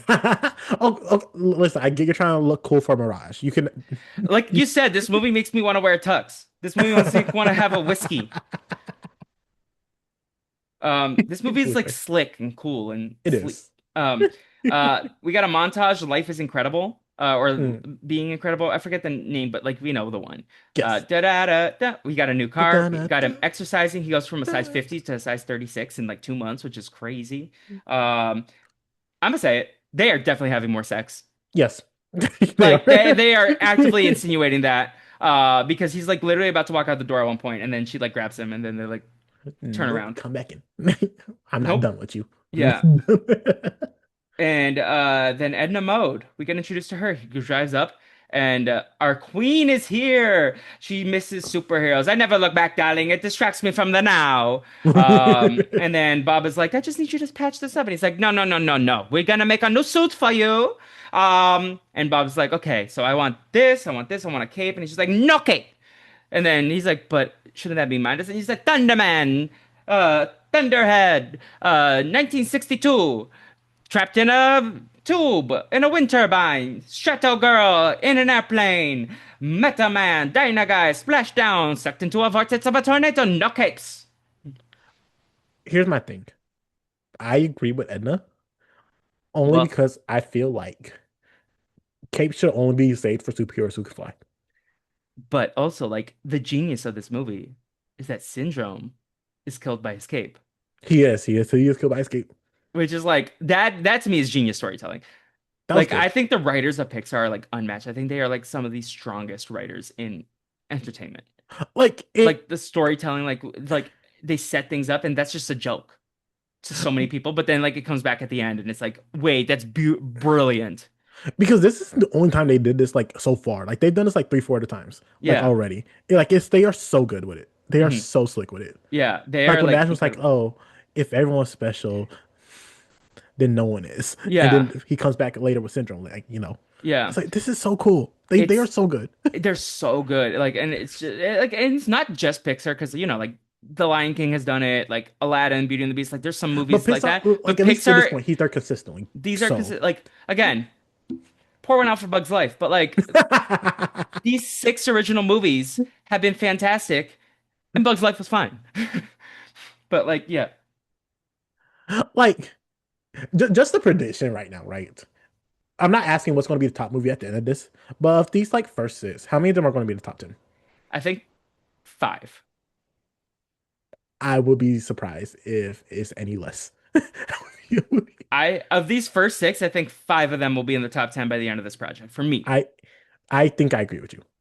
Like off the top of my head, I think of one, two, three, I can four. I can see a world where Monster Inc. like ends up at the 11 or 12 spot, but like True. I think there's only like four off the top of my head that like are really contending for another spot in the top 10, maybe five. mhm, Um, but like again, there's some I haven't seen. Maybe The Good Dinosaur is number one at the end of this. I feel like we would have failed our job if it is. Well, I have never seen it, so we'll find out. Cars 3, also never seen, so can't speak on it.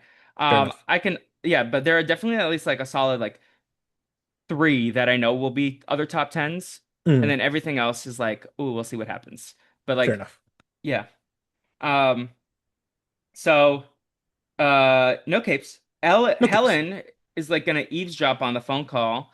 and here's discussion about another conference. And then he ends up going to Nominison, which is like a reference to like an island with no name, I think. It's like either a biblical or old like 1600s book sort of reference. Hmm. That's the island that they're on. And Mm, he's drinking mimosas, having shrimp mm, cocktails. mm. He's living the good life. They go underwater. Like I would Ooh, love to be that rich.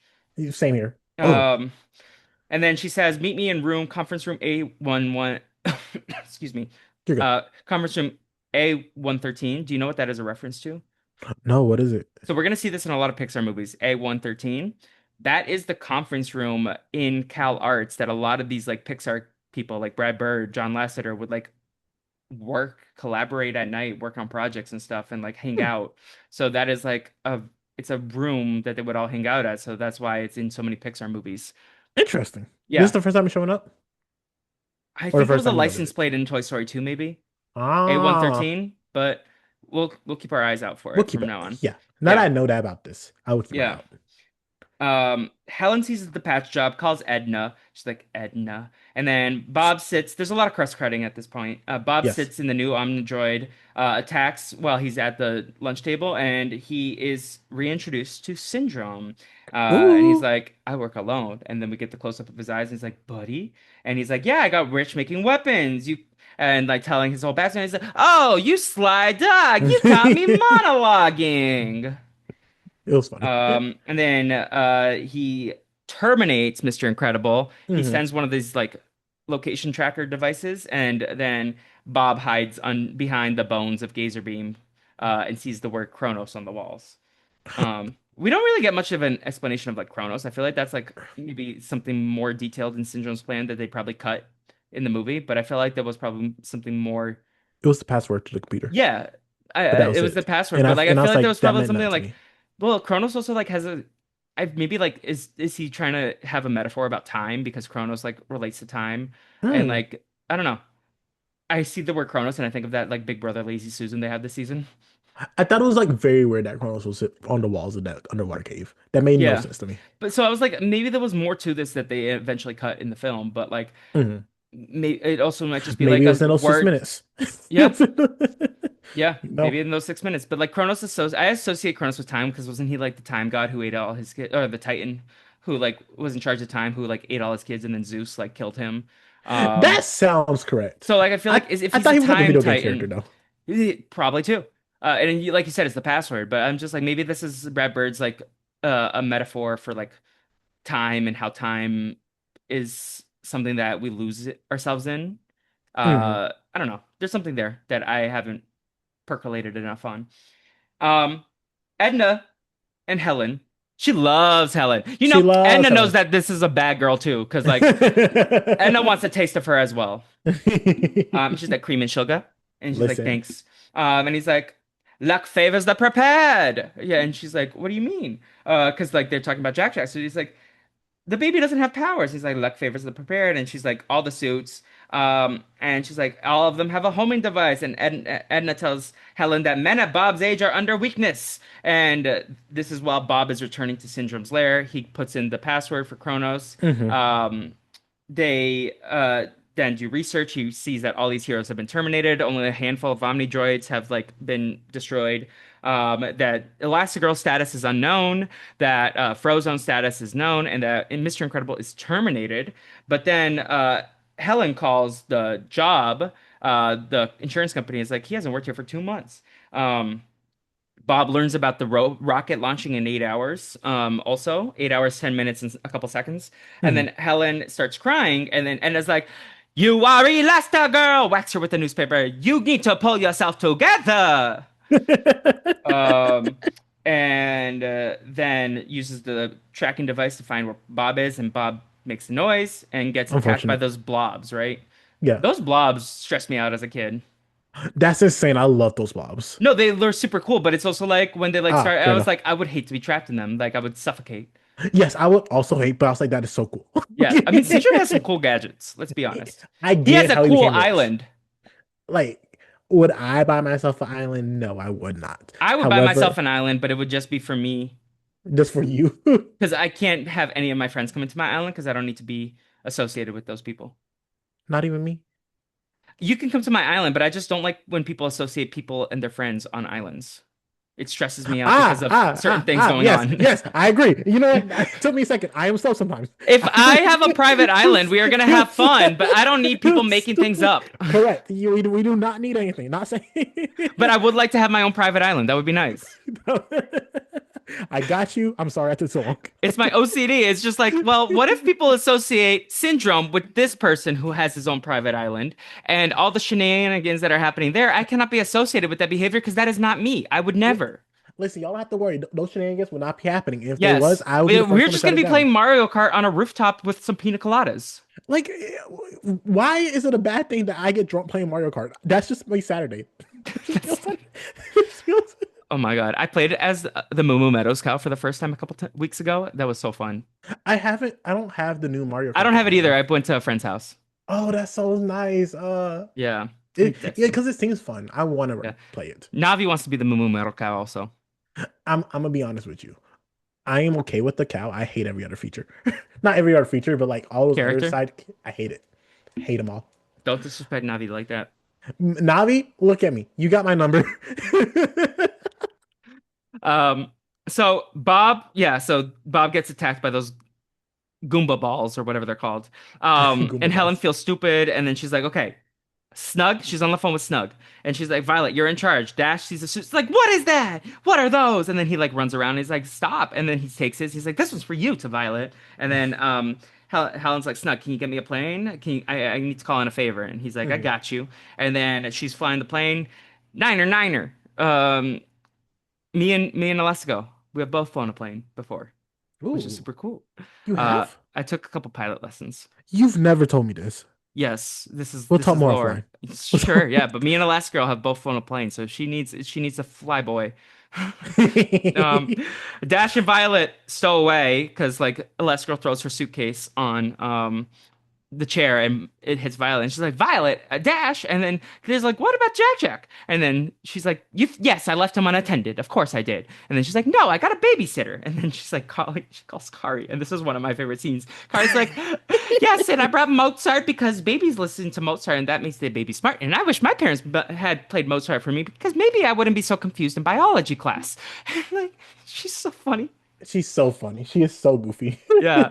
I'm like, I could see Big Brother casting her. She's like the Nicole Anthony type, or the like. She has that look of like a Kelly Jorgensen. I like here's my thing. I would solely cast her so that way Edna can make it further in the season. Yes. Oh my God. At the end, we have to do a Big Brother simulation of Pixar characters. That'd be so fun. I'm gonna put my money on. I mean, I think Gil, Like, Edna, did we not just watch the same movie? It's Helen. Helen's winning. Helen's too much of a threat. Maybe they catch on. If Like it's Helen is Incredibles, um, sure. Yeah, Helen's up there in the top tier. no, I just think Um, of all of this Pixar so far. but Like like, Helen, I mean, I think the Queen from Bug's Life has a chance. she's here's my thing. I those competitions were nothing though. Jesse. Like she's going to struggle with the I competitions. think Jesse has a chance. Jesse's going to get Roz is going to be the Felicia. lovely. Wazowski. Love No, it. Roz would be like this Summer Steve. She would go home first because she doesn't want to be there. Like every week there, Roz is having a terrible time, but we as the viewers love it. Okay, she's the Like Sari. Cherie. Sari hates Big Brother. She hates it so much. Uh, Remember when we said we should get Sari and Sandra on the podcast to talk about Oh my god. Pixar movies? Um, so Syndrome tortures Bob and he hears Helen's voice, and he's like, "Oh, you know her. Let me send some missiles." And he's like, "There's children on the plane," because he's like trying to, yeah, and he's like so upset, which like, granted, real. Helen tells Violet to force field, and she's like, "Children are aboard," and Mirage worry, like we see the look on Mirage, which I appreciated that, like Mhm. we don't get this like random change, and it's like, oh no, she does have a heart deep down, and like she's like not okay with what Syndrome's doing at this point in time. Like I'm that's glad her her line. line is not hurting kids. Yeah. Well, I because wish it we was see like, other characters in this movie have no issue trying to kill kids. and I think we should not be trying to kill kids. I agree. You know what? Honestly, I I don't think think that's a kids proud should get take. to be adults. I agree. Um, but yeah, so Elastigirl saves them, parachutes with the kids, and then I love this line: "We survived, but we're dead." I love that. That was funny. Bob Dash has the quotes. Dash does have quotes. Um, so Bob attacks, not as much as Honey though. We'll talk about Fair. Honey. Bob attacks, and Mirage shoves Syndrome out of the way, picks Mirage up, and Bob's like, kill her. And then Syndrome's like, yeah, just do it. And then he doesn't because Bob can't kill. He can't hurt people. Mhm. That so then that's also a game changer for Mirage. Meanwhile, Helen gives kids the mask. He says your weakness, your identity is your most important thing. You have to Mhm. protect that with your life. These are not Saturday morning cartoons. These bad Mhm. guys are gonna kill you. You Mhm. run as fast as you can, as fast as I can, as fast As as you fast as you can. can. And then Violet's like trying to apologize. And she runs out there and she's like, Violet, like it's okay, but no more. Like you can't like have that Mhm. doubt. Like doubt is a weakness, and they will take advantage of that. You are strong. You got this.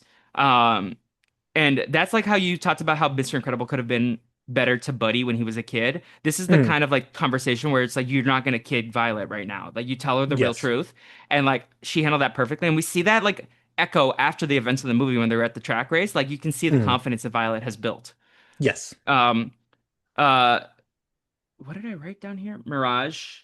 Valuing life is not a weakness, is what she says to Syndrome. Hmm. And I'm like, clock him, queen.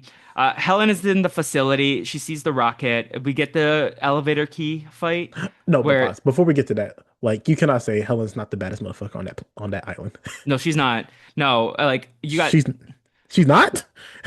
no, she is. Sorry. Okay. But Mirage is also a baddie, but Elastigirl can stretch. You know, Listen. they into some freaky things. Helen and Bob. Again, that's why they swing, in my You know, opinion. fair enough.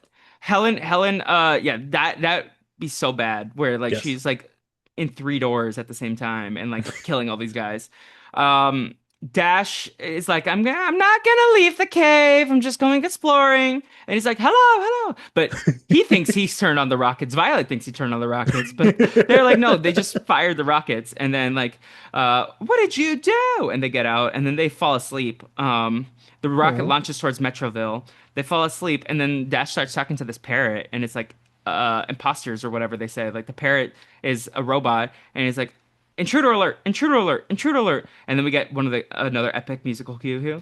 But then they start running. Dash runs, Oh and he yes. runs on water, and then like he these guys in these like incredible drones that they have that they're flying around on saucers like Mhm. smash into walls in each other, and then Violet's hiding under the water. He throws the dirt on her, and then Smart. Dash is like, don't talk to my sister, or like he's throwing punches, and then Mirage lets Bob go, and then he's about to break her neck, and he's like, your family survived, and then he like drops her and hugs her, and then Elastigirl shows up, punches her in the face. And Bob No. is like, she's like yelling at him, like scolding him, and she's like pulling her closer, closer, and they make out. And he's like, I'm so happy to see you. Like, Like shout out Helen. yeah, Like like he's so happy that she's alive. And then Mirage yeah. says that your kids are being attacked. That's the intruders. And then they like go sprinting. Hmm. Bob and Helen, they're sprinting, and then Violet does the force field, and she's like, "Whoa, cool, don't stop!" And they're rolling around on the ball. The dash level is the last level I ever got to. I never got to play as Violet, and I don't know how to it is as Violet in the video game. But like Ooh. the dash levels were my favorites, but I couldn't beat this one. That like, and then like during the pandemic, I was playing it again. But yeah, Like R.I.P. it seems like it would be such a fun game. It is a fun game. You should come over. We should play it sometime. It's on the GameCube. Felipe, I would love to. Yes. Remember GameCubes? My dentist had one. Your dentist, Yeah. Philip Sherman? I like what you did there, Felipe. Yeah. Also, Brad Bird's real name is Philip Bradley Bird, Philip Bradley Bird. and he goes by Brad Bird. Hmm. Interesting. Interesting indeed. Um, so then they're all together. They're like kids. They're so happy. They're so happy. The kids are like bewildered because they get to see their parents be superheroes for the first time, which I thought was super cool. Like you can see them reacting to like Yeah. they're swinging, and that's like whoa. And then Syndrome ruins the fun. He's like, wait. Mr. Incredible, you married Elastigirl, and then you got busy. I was like, Syndrome, Shut up. please. Please stop it. Well, These- yes. And I would like like to join, but please. Um, Frozone, and when everyone's super, no one will be is kind of like what they, because he prisons them, Mhm. and in the same thing, it's like, have you seen Avatar 2, The Way of Water? I have not. There's a scene where they escape, and then they like basically like get back into the like handcuffs, and then the little kid's like, "Oh, not again!" That's how I. Not again. That's basically Mr. Incredible in this moment. Fair enough. And he's like, I'm so sorry, I'm not strong enough. Um, and then Violet, I'm not strong enough to lose y'all. And then Violet's like, well, it looks like Dad's making some great progress, everybody, but I'm time for this therapy session to end. And because Syndrome's like, yeah, the Omnidroid, I'm gonna pretend to be a superhero and save everyone, and then everyone's gonna want my superpowers because they're inventions. And when everyone's super, nobody's super, Mhm. basically. And yeah, anything from the jungle before we go back to the city. I like no, but with that being said, this is more about Dash and Violet. Them not having, they're going into these situations underprepared. Like Violet not fully understanding her powers, how to use them. Dash having never like fully unleashed his speed power. Like, and the correct answer is moderation. With that not being an option on the table, like, should we have been more on the parenting side, the Mr. Incredible side, being like, no, these are who our children are. We should let them express themselves and like learn, or should they have been more like Helen, be like, no, we're trying to act normal like the rest of society. Let's not I think moderation push is them. key, like you said, but it's also like, where would they train? I mean, Violet's one thing, but like, where does Dash train?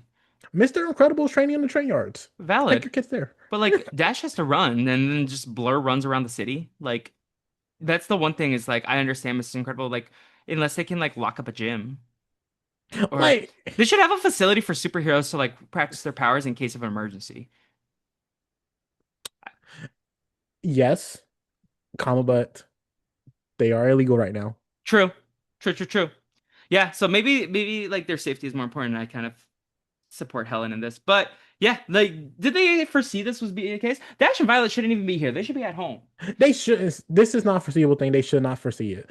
But like I also saw the way that Helen was like pressuring Violet in the plane, Yeah. and she admitted that she was wrong for doing it. Yeah. With that being said, though, That being said, yeah. Um, I don't know. I don't know. hmm, That's a great question because it's like you don't want them to get in trouble because they're doing illegal activity. But mhm. also like you want them to be prepared for things like this if like things happen and things escalate, right? Like Helen's argument is like the core like this is illegal. We should try to blend it. Bob's core argument is you should not be ashamed of who you are. Both great arguments. Indeed. Indeed, indeed. No, I really like what you said there. Meanwhile, the Omnidroid, because you know AI got too smart and Syndrome's flopping. uh, Also, wait, before we leave the jungle, I thought the like again one more time, the island sets have been incredible in this film. so much. Um, Like second most memorable yeah, scene for me was Dash running on the water. when you come celebrate your incredible achievements and you can visit me in LA, Mhm. I'm gonna take you to a bar called Tonga Hut, which I Tongue Hut. call when I tell my friends about it, it's a tiki bar, and I say it feels Ooh. like you're in Syndrome's lair when you're in there. Ooh, that would be Yeah, fun. so that's where we're going. When you come, for my LA girlies, sound off in the comments if you know Tonga Hut. So yeah, so they're like, okay, how do we get there? I can't fly a rocket. I don't know how to fly a rocket. And then Mirage says, well, just ask, please. And then Violet's like, put in the coordinates from the old one. So like they all team up. Mirage is helping them. My notes are a little convoluted and all over the place. But basically, We're they into get in the there. We're rocket into to get in the RV, and then she's like stretching, and she's like, "How you doing, honey?" He's like, "This is not the time to ask." But I'm like, I thought you there. liked being stretched out like that. You know, Felipe, you're gonna get in trouble. Also, like she can go forever, right? I'm surprised that hurts. Oh, she's pulling it together. That's why it's hurt Yeah. because it's like okay. I was like, the stretching is not the hurting part. It's the like having to keep everything contained and using her muscles to hold it. And it probably weighs at least several tons. Yeah, no, but I felt like that for when I was younger, I used to think it was like, oh, the stretching part is what hurts her. But no, Um, but yeah, so the remote is what controls the robot, and the robot discovers that. So Syndrome gets whacked into a building, just like I whacked my microphone. Apologies to the listeners. And they're in the financial district. We also see an argument about traffic, which I feel like he inserted because it's like so real to couples. Like, no, you turn on this lane. No, why am I gonna Traction Avenue? Like that's the financial. They're like arguing. It's like turn, and then at the end he turns and listens to his wife because happy wife, happy life, right? Yes, 100%. And he has not made her a happy wife lately. I don't know. I saw that one Yeah. scene. Well, okay. In the last 24 hours, she's pissed. Fair enough. What'd you It, say? as Your dad's in father's either in trouble, trouble or or he will be. Yeah. Um, but then they park the car and he's like, "Are you doing okay?" And he's like, "Super duper dad. Let's do that again." These crazy kids. But crazy. then Bob's like, "Okay, y'all stay here." And Elastigirl's like, "What are you talking about?" And he's like, "I'm not strong enough to lose you all. I can't do that again." And Oh, he's like, "Well, we're family. Family sticks together." Ohana. I love that. Um, so yeah, they're all going for the remote. Frozone wants to help out. Frozo. Frozone wants to help out. And do you want to recreate the scene? Yes, let's Do I recreate need this to again. send you a link or just put it in the chat, or do you I do you got have a it. script? You got the I script. have Okay. it. Where did I put it? That's the question. Where did you put it? Okay. Where'd it go? Where'd it go? And then who do you want to be? So what we're gonna do, what we are gonna do is read the best scene in the movie. Do you The want to be best scene. Lucius or do you want to be Honey? Uh, I'll be Lucius. Okay. Ready? Yes. Honey, What? where's my super suit? What? Where is my super suit? I put it away. Where? Why do you need to know? I need it.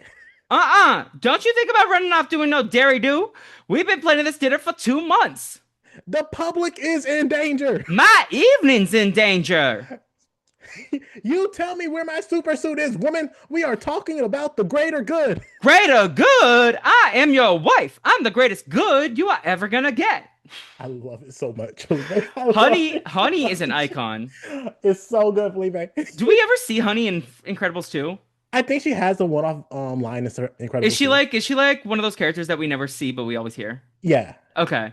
I would love to see No, Honey. I think in the like credits or like in the final scene or something we see her, but like I could be wrong about Possibly, that. but yeah, no. But like the course of the movie takes 2 months. They planned this dinner probably the night after they saved the people in the jewelry store.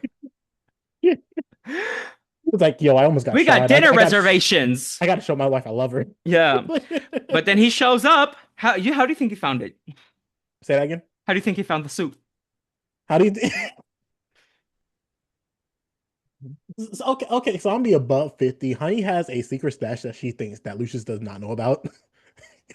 Yeah. He been new. He been new, and that was the first place he looked. Also, like I love Honey. I love the scene. Honey's in the wrong. They've been playing this dinner for 2 months, Felipe. Valid, valid. Tell them that you got attacked by the Omnidroid though. But yeah, Frozen arrives. Bob finds the remote. They're playing catch with Dash. They're all playing around with the remote, running Pause, around. Felipe. What happened was, he was like, "Honey, you're not gonna believe what happened." And then she started asking questions. He's like, "Oh, so I was superheroing," and she's like, "Nah, and she's like, "You're gonna make this up to me? We're going to this expensive place that takes 2 months to see." Let's make that scene. The Lucius Yes, returns home and Honey's there. We should write that script.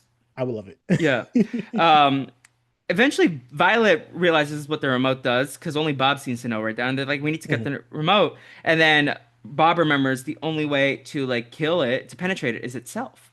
Meanwhile, Dash and Frozone are like on the lake, and Frozone freezing the lake, and Dash falling into the snow. And then they're like, "You got one shot at this," and Mrs. Incredible's like, gonna press the button. She's gonna press the button. And then Mr. Incredible's like, now he's like, hold off, we got one shot. And then he destroys the Omnidroid. Which, Woo! yeah, we did it. We're all excited. Everybody's like Yay! clapping, clapping, clapping. They get in the limo. They're like, superheroes are back. And then Rick is saying, like, okay, thank you for your help and your service. Kari, Elastigirl's on the phone with Kari. Bob Mhm. is celebrating with Dash. He's like, I can't believe you ran on the water. That's incredible. And then Kari's voicemails are getting distressing. He's like, Jack's being weird. Jack's being weird. Mrs. Incredible, I need you. Mrs. Parr, I need you to come back. "Oh, thank you for calling in the sitter. I'm so thankful for that." And then Elastigirl's like, "Sitter? Excuse you." And then run in, and your boy Syndrome's there. Why are you here? Why are you at my house? Why are you holding my baby? Yes. And he's like, "I'm gonna take your baby, and he's gonna be my mentee, and I'll train him well." And then he flies off, and then Wait, uh I would like to say real quick. I'm gonna be honest. The moment like I heard Kari, I don't. If I was on the plane, if I was Helen, I'd be like, Kari, I don't know you. Don't worry, I'm gonna I call mean, my she girl. says, "I'm gonna pay you for your troubles, but then let me get a real sitter." No, And she's see, like, I would have hung up, called Honey, like, yo, Honey, come over right now. "Do you My think child Helen is. and Honey go out for martinis every once in a while?" They don't They because don't, but you know why? It's because Bob's a shitty father right now. Because Bob's not taking care of his kids, and Helen don't trust him by himself. yes. But I feel like they used to. I feel They like used they to be use girly pops. like they're like the type of people that's like they have not talked in 6 months, but Fallon's like, yo, I need you, like Honey's there. Yeah, especially like, they had to take a break from the swinging they had to when Mr. Incredible was depressed because he couldn't even get it up. Sorry. Fully night. Anyways, so yeah, so they're going, and then Syndrome flies off into the sky, and Wild. with the baby, and then Helen's like, "Something's happening up there."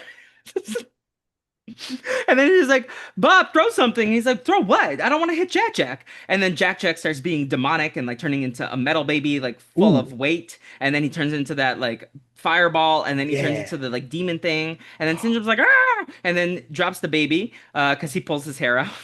And like honestly, Syndrome deserved that.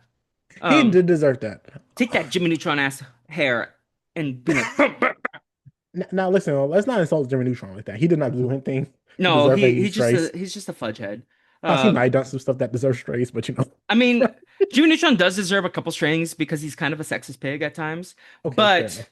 but he is also a genius. But also he did a lot of damage to Retroville, Now, so now listen, I'm not saying that Syndrome is not a genius. Like, say what you want about that man. so He's a lot of maybe terrible maybe things. Brad Bird was watching Jimmy Neutron Boy Genius, is like, I got an idea here. You know what? Yeah. Because they do have the same hair. Yes. Um, uh, Sheen was so funny. Sheen and Carl. Love Shane. Love Sheen and Carl. AJ's like, not Carl. That's what I said.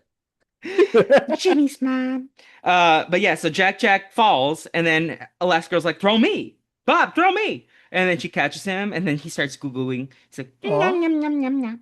And then Syndrome's like, "I'm gonna get your child," what he said. And then he's like, and then Bob throws the super fancy car that he just bought into the window, and it explodes, and then Syndrome gets destroyed and killed by the airplane propeller, just like Dyna Guy or Meta Man or Thunderhead or Strato Girl. I think it's most like Strato Girl because it's an airplane. Fair enough. No capes. No No capes. capes. And then that everything happens, and then we see Rusty. He's like, "Was totally wicked." That was And totally that's wicked. that was the superhero set piece. And we got one more scene basically, but anything from like the final boss fight? No I Frozen in the scene. I like the idea of, and this is not particularly to the final fight, but also to the city scene, where like Syndrome tried to be the hero and tried to Mhm. act all macho and like failed instantly. Like I love that he's like not good. I love that Yeah. he was so incompetent. He did It one got shown. thing and got chopped up. Like you had one job. You had one- One job. and you You couldn't even had do one that. job and you flopped. And you flopped. Not everyone was meant to be a hero. No, So but I hated that he had a baby. That made me unstressed. I know yeah, how the movie ended, but still, yeah, yeah. Jack Jack deserves the best. he does. I want a cookie now because of Jack Jack. I'm always down for cookies. Yes, the That's my cookies are problem. better than cake. Let's be honest. I agree 100%. Yeah, a cookie cake though? Would you like to hear my food hot take? Yes. Brownies are not good. Blondies are great. Brownies are too rich in chocolate sometimes for me. They are too much. They are too much. They are too dense. It is Mhm. a lot, and You need like some vanilla ice cream or something to like help it. I can concede to that. But like I think brownies are bottom tier like treat. Oh, I agree. Like I would much rather like a Danish. I genuinely thought I was going to get pushback. No, I think Genuinely. blondies are better, but like chocolate is so rich in brownies that like I feel Mhm. like I eat one bite and I'm like, okay, I'm good. Yes, 100%. Um, but yeah, track meet time. Tony passes by Violet and says, "Let's get a movie date." And he's like nervous, and she's the confident one. He's like, "Friday, I'll get popcorn." Like, Ooh, ooh, come on, Violet. Um, then Dash and his family is like rooting for him. He's like, go, because he's going so slow, and they're like, faster, faster. And he gets first place. He's like, not too fast, push back. And then the they're family next to them are like, what the fuck is wrong with these people? like second, get a second, a Second. close second. And then they leave. Dash has his silver medal, and then the Underminer. He's been underground, but not Ooh, anymore. ooh, And then they put their masks on. Mr. Incredible does a Superman rip, and we get the end credits. woo, fun Do movie. do do do do. Anything else you want to add about the movie? Maybe like themes or like we talked a lot about the themes early on, but like anything else you want to say about this film other than like it's just a good time. It was a fun movie. Like honestly, I think watching the movie like 75% of the time, I was like had a smile on my face, just having a good old time. Yeah, I Yeah, agree. I agree. Should we do some segments? let's do some seconds, baby. All right. Song tiers. I mean, there's no music with lyrics, so we can't really do a song for this, We but Michael cannot. Giacchino's score, like I think like we said, possibly the best score so far, if not the best. Yes, I agree. Great. Um, so done. We're done with that first segment. Where do you want to go next? MVP, LVP, or villains? Let's do villains. Villains. Okay. So we got Syndrome, and then we wanted to discuss is Mirage a villain? Where do you Is say? Mirage a villain? Yes, I understand that Mirage had a redemption arc at the end of it. Here's my question: Is that and yes, I think she was very distraught about the kids. Was her redemption arc more because her boo thing was okay with her dying? Was that her boo thing? They almost kissed, and she was like, "Nah." No, I don't. I think it's like an And I don't think inappropriate that's the first boss time they crush on kissed. her. I don't think she's into Oh, him. I think it's like this is like kind of HR should be involved. oh, that's how you But took like it. he's also the head of the company, so he probably doesn't have HR because he doesn't believe in HR. Mm. I think Oh, it's not reciprocal. I think she's like everyone knows she's a baddie, but she's probably yes, like sleeping with one of the henchmen. but you cannot like and like I get your point 100%, but you can't tell me like he's like one of those people that's like, "Well, you got her? How did you get her?" Did you get- But he's also like I feel like she's probably like 10 years older than him. How old is he? Like 30? Well, if he's like 15 at the start of yeah, he's like 30. Oh, How old do you think I'm approaching Mirage is? 30 and I'm not that rich. I'm How sad. old do you think Mirage is? Like 45? Interesting. She gave me like 30, like early mid 30s. Like I thought she was in the same age range as Mr. and Mrs. Incredible. Maybe it was the white hair. Listen. I do. Do you know who Cargill is? Jade Cargill? Yeah, Yeah, she's the wrestler. yeah, with white hair. Yeah. But is that sprayed? Huh? Is that sprayed or is that natural? I think it's dyed.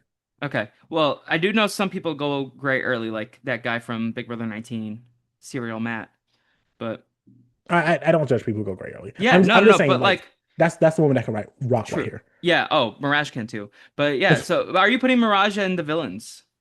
Um, I if you are want to leave her out, I'm comfortable with leaving her out. Like if I were to add her, she won't be high up.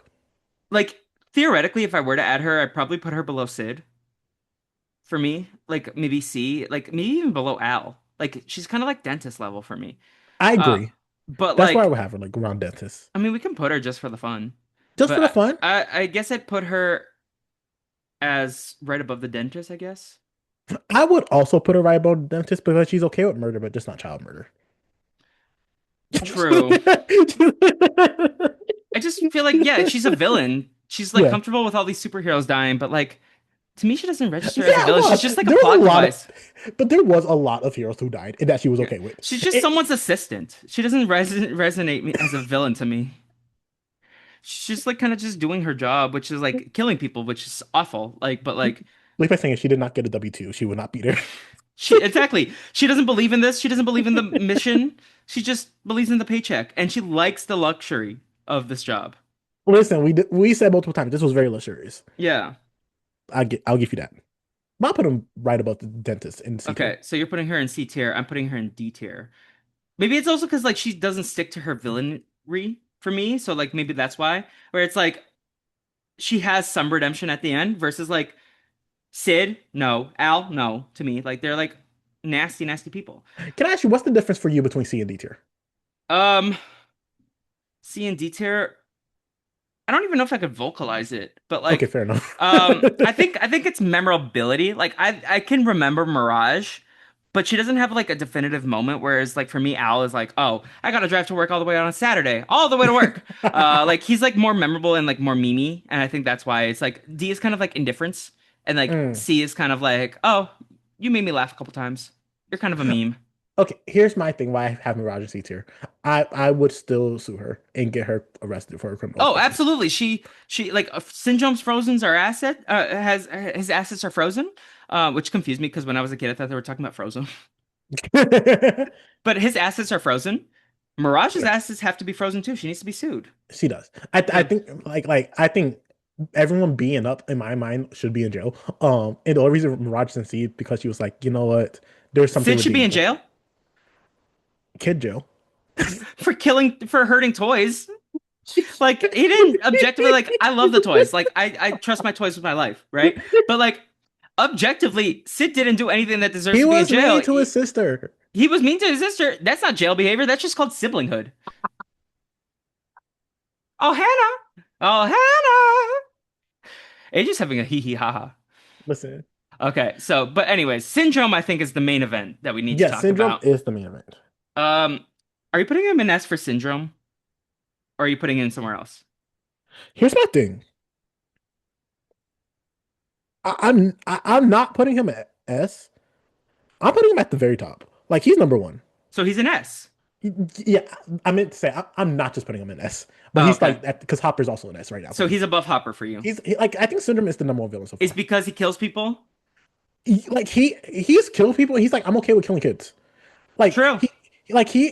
he is such a driver of this movie of the plot. Like this whole second half when I've had Noel syndrome, and like even when he was like foiled, he's like, "You think I'm done? I'm gonna kidnap your child. You think you can stop? You think I'm done?" I'll kidnap a cousin children before I let this company die. Like syndrome is like honestly, I think he's the best part of Water News and Prospector Pete in one character. Yeah. I don't know. This might be a No, hot no, take. I think Syndrome's kind of overrated. Like, yes, he's objectively a horrible person, horrible. but I feel like I'm more entertained by Stinky Pete and Waternoose and Hopper, and even Mm, Randall. But Syndrome also is the most deplorable of them all. I might need to shake up my villain rankings because he's I feel deplorable. like I love Prospector Pete and he's nasty. And like to me, he's like so memorable, and that's why he's an S. But I Mm, think Waternoose and Hopper and Syndrome are all the same tier.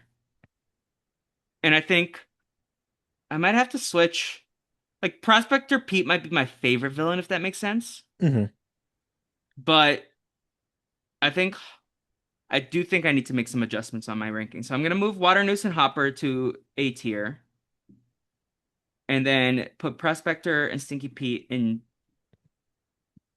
Sorry, Prospector Stinky Pete is in A tier. I'm moving Waternoose and Hopper to S tier. I think I'm gonna put Hopper at number one over Waternoose. No, because Waternoose would have killed a child. Hopper would have killed a child. Hopper would have killed a child, but he would have killed a bug child, not a human child. Okay. Fine. Yeah, Hopper's number two for me right now. Mhm. No, S tier, Hopper's number people who are one okay with now, children death. and then I S guess tier. Syndrome's number one. I think Syndrome is objectively the worst person on this list. Yes. But like I think as a character, he's kind of overrated. I like a lot of the other characters more as like characters. Like and he does have funny lines, right? Like he caught me monologuing, but I also just like he's a lot of things that I don't like about myself, I guess. Like it's like where like you let yourself get I resentful can see towards the that. people. Like it's I don't know. Maybe there's that aspect of it where it's like I don't like that aspect of me and I don't like it. It's like where like you feel when you're in your feelings, when you feel like Hmm. passed over and I maybe it's astrological as a Leo because I keep getting things on my Instagram page that say that Leos hate being like ignored and like rejected. I'm like, oh, That's fair. okay, maybe that's me. Clocked. Maybe it's just like but I don't know. Just like there's a sense of like I see myself in both Mr. Incredible and Buddy at the same time in some situations. I would never go to the levels like we talked about with good villains. Like I would never go Mhm. to the means of like killing people or like trying to get revenge on people that have wronged me like that. But like I can. understand the emotions and the sadness that is inside Syndrome, if that makes sense. Like I think Syndrome, and I think and I think this is literally, I call my A tier the plot twist villains. Like, and I think that's the my biggest issue with plot twist villains is like you feel like you understand the villain, but like it's because of how they were acting towards the character. I understand Syndrome as a person. Like I think I get like the resentment where it comes from, like the anger that he has been building up for a long time coming. Like his desire to be like something greater than what he is and being rejected like time and time again, like how that could fester up in Yeah. someone. I get that from Syndrome. I also And think, how like it festered into something so dark and something so twisted that it's like what the Mirage say, like valuing life is not a weakness. Like mhm. he's now at that point where like value he does not even value human life. Like that is disgusting. But it's like how do we get from a kid that was so plucky wanting to help people to this? I think that's very interesting.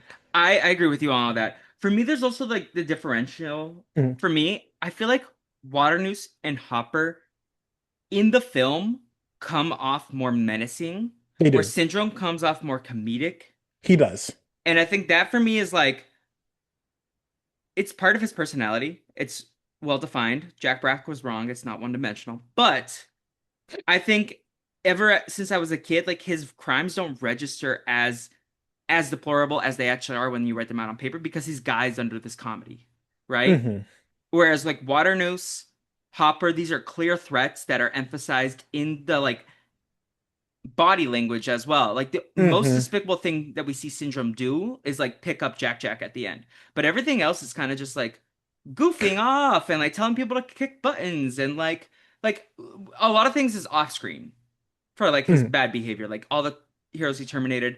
So not that it diminishes what is it, but like it's just like unlearning like, oh, no, this is like a monster of a human being. But like the text doesn't showcase, it's more like inferred text versus like Waternoose. We see what he's willing to do in that last scene, just like Syndrome in the last scene. But like Hmm.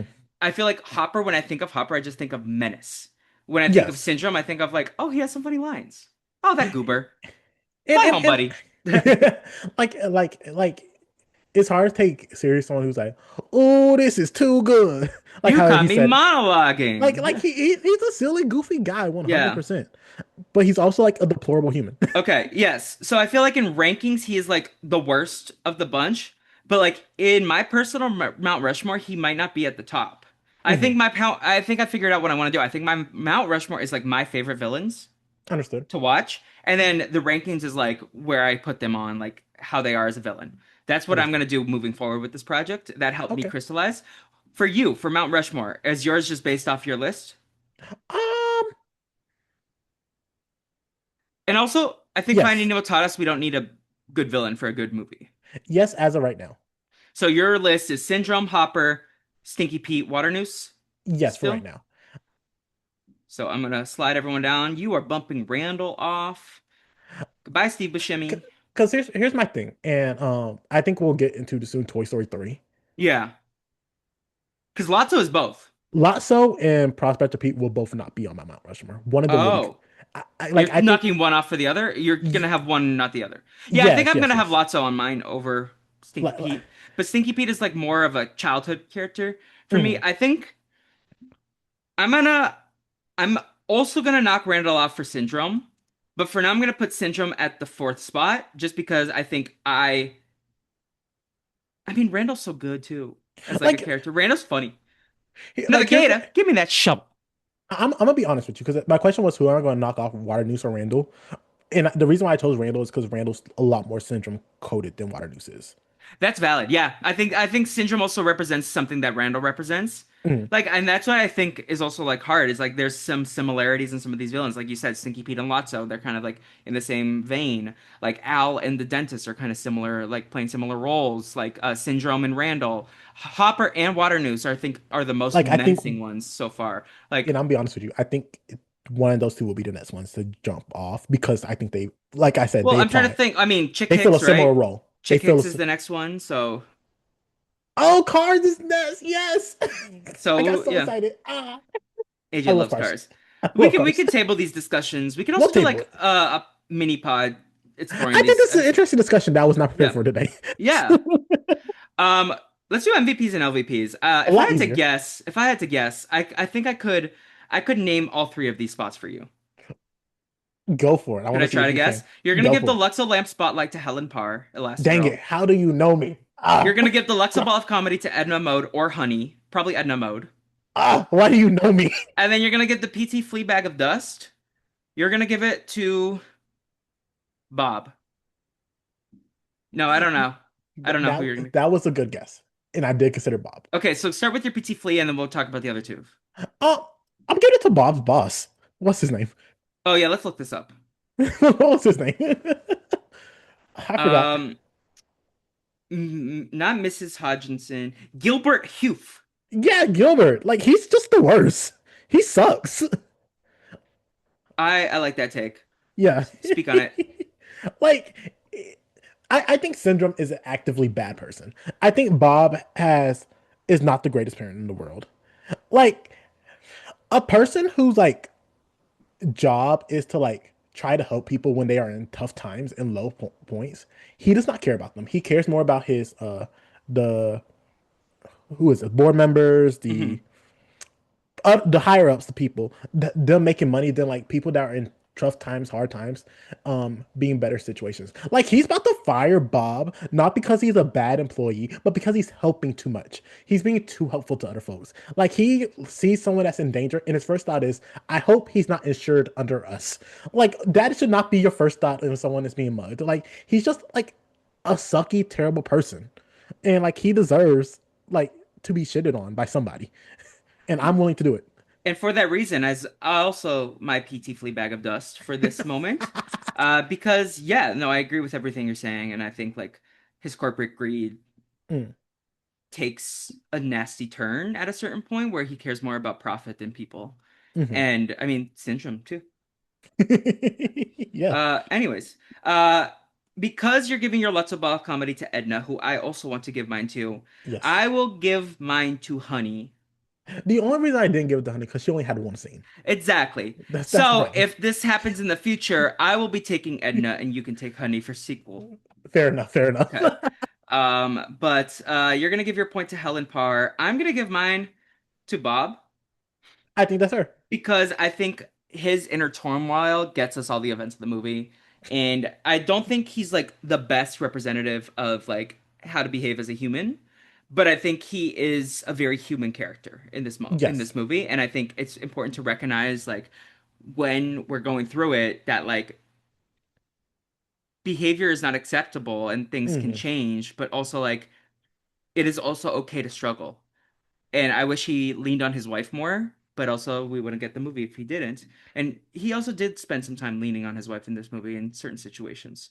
Um, but Yes, he oh, did. that was me being a freaky frog. This is. AJ. I have more conversation about this later, but like I Okay, don't want but to. I don't want to negative talk during the Let's Go Lamp section.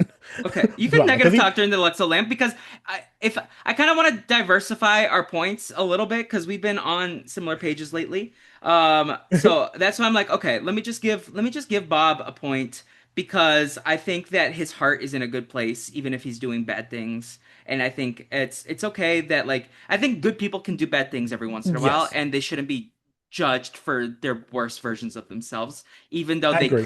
should have to repent for what Hmm. they have done. Like there's they can rebuild, but they shouldn't be completely destroyed because of like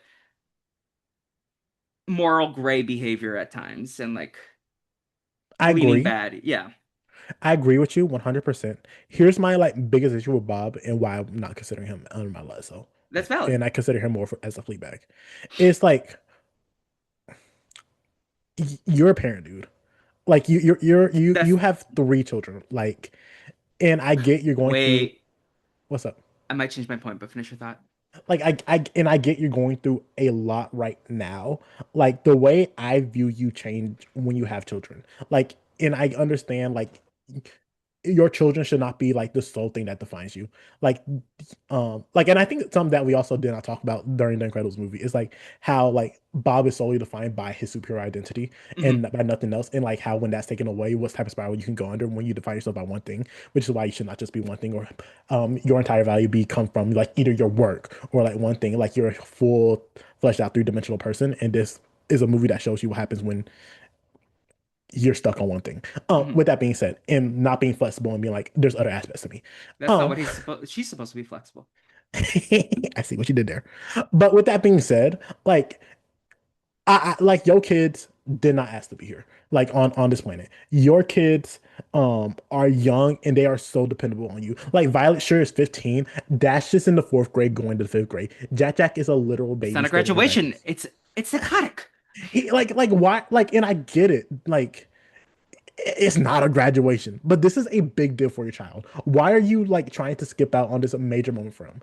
Like, like you see like so many videos, like and maybe not you, but like I see a lot of videos where it's like kids having this big moment looking for their parents and their parents not there, and how Yeah. hurt, how much damage that does to the child. Yeah. Like you being a parent, you have to it's no, you are no longer, in my humble opinion, the most important person in your life. Now your kids are until they can take care of themselves. And your kids are not at that point. So I get you're in a troubled time. You need to talk to someone, a therapist, your wife, even if it's just your friend over a beer.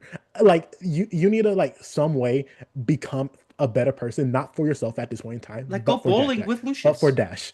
Become a Yeah. better person for Violet. And Bob like refused to do this And thing. this is why I'm changing my point because you made a lot of great points. And I forgot that Jack Jack is in this movie, so Jack Jack Jack Jack is gets in this my movie. Jack Jack gets my point.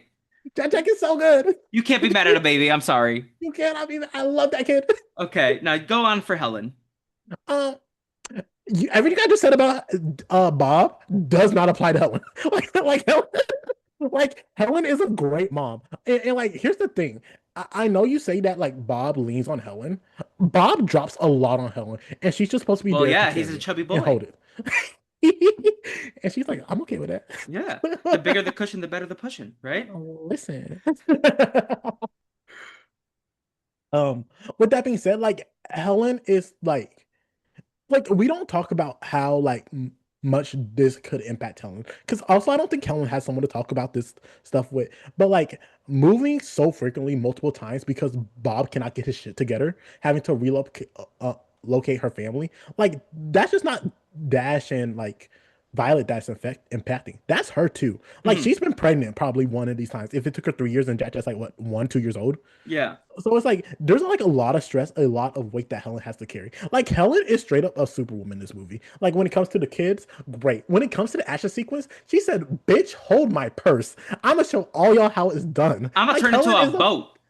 she turned into a boat, a fucking parachute. Helen said, "There's not a motherfucker I can't kick ass. Like I am that badass bitch." Like Helen came up here and showed off. I understand why The Incredibles 2 revolve around Helen, cause she is that girl. Like, did we watch the same movie?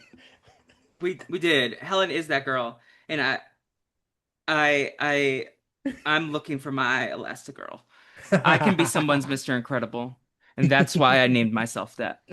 Ooh, Yes, and then AJ can be my Lucius because he is the greatest good I ever am gonna get friendship let's get wise. it. But yeah, I support your Helen, and then of course, I mean, comedy wise, Honey and Ed and Mo just ate it up. Like so good, so funny. Edna, Mo, gobble gobble gobble gobble. All right, it's time, AJ. For the movie ranking. Movie rankings. I already plugged mine in, so I will like. Yeah, you can probably see mine already. Um, this is really hard. It's really Mhm. hard, but I think this is fully subjective. No objectivity here. Yes, This subjective. is my fourth favorite that we've watched so far, and for me, honestly, I was like going back and forth. Incredibles, Monsters Inc., Incredibles, Monsters Inc. But like the first three, Finding Nemo, Toy Story, Toy Story 2, those like three, I think like I would rather rewatch. And that's kind of where I'm getting. I think I would rather rewatch Incredibles over Monsters Inc. right now, and that's like Mhm. where I'm going with this. But this is number four for me. But like this top five is like purely incredible, and like A Bug's Life is A Bug's Life. And I'm so sorry to A Bug's Life. But like AJ hates Flick. AJ was like Flick needs his ass beat. Listen, let me tell you something. I feel like in many of these movies, it's like the main character needs their ass beat. Um, It also brought us like PT Flea, and we hate PT Flea. we hate PT Flea. So here's my truth. Um, I'm higher on Incredibles than you are. That's valid. It uh, I feel like you're gonna give this at least better than Toy Story 2. So it this is is at better than least Toy Story. three, It's maybe one, two. two, or three. You're gonna Um, put this higher than Finding Nemo? here's why I like Incredibles high. I finished Incredibles, and I'm different from you. I was like, I can watch that again now. Like, Oh, I could watch it and again now. It's just like I would rather rewatch the other three first. yes, but the reason why I say that is like I did not feel that about the Bugs Life 2. Definitely not about Bugs Life 2. I did not That feel don't that about exist. I did not feel that about Monsters Inc. And I enjoy Toy Story. I did not feel that about Toy Story 2. I felt that about Toy Story. Like you could Um, start it from scratch right as soon as yes. you end it. Like you would be Yeah. like, yeah, let's Toy go again. Story, I was like, I can watch this again, like as soon as it ended. Toy I Story's did not feel that with Finding Nemo, but I just felt like Finding Nemo was such a good movie. yeah. Like it was so good. Like I was like, I love this movie. And so the question is, do I have this above or below Toy Story?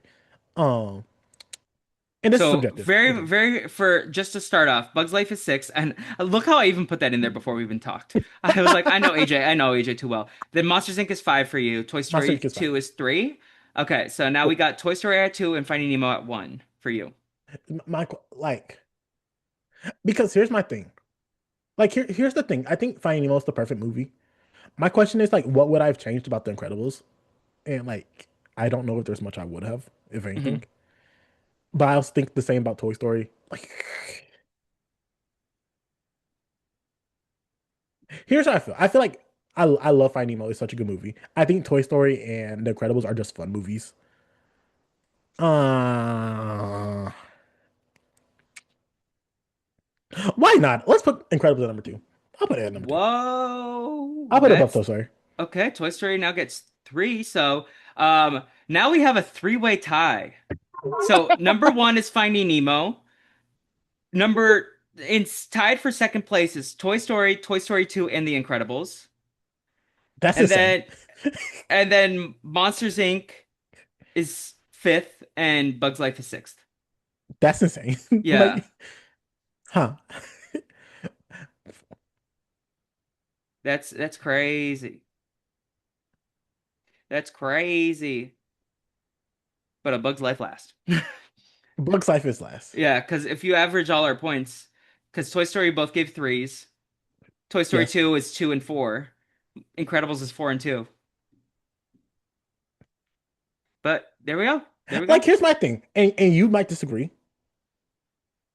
I think this would sync up if I like tiered them. Like, I think I would have like Finding Nemo alone in its own tier, and then I'll Valid. have in the next three will be Toy Story, Toy Story 2, and Incredibles, and then in a I different would put tier. Monsters Inc. in that second tier for sure. You, But I also might have two different tiers. I might have Finding Nemo, its own mm, tier, then the Toy Stories, mm, then Incredibles, Monsters Inc., then I Bugs see, I see. Life. Fair enough, fair enough. But So, yeah, yeah, so I think this how I would tier it at least. yeah. Well, life is a highway. Life is a highway. I'm gonna That's ride what's it next. all So night before we get long. there, final thoughts on Incredibles overall? Like I said, loved Incredibles. I finished it. I was like, I will watch it again. There was so long I wanted a sequel. I was so happy we got the sequel. And there's going to be a Um, third.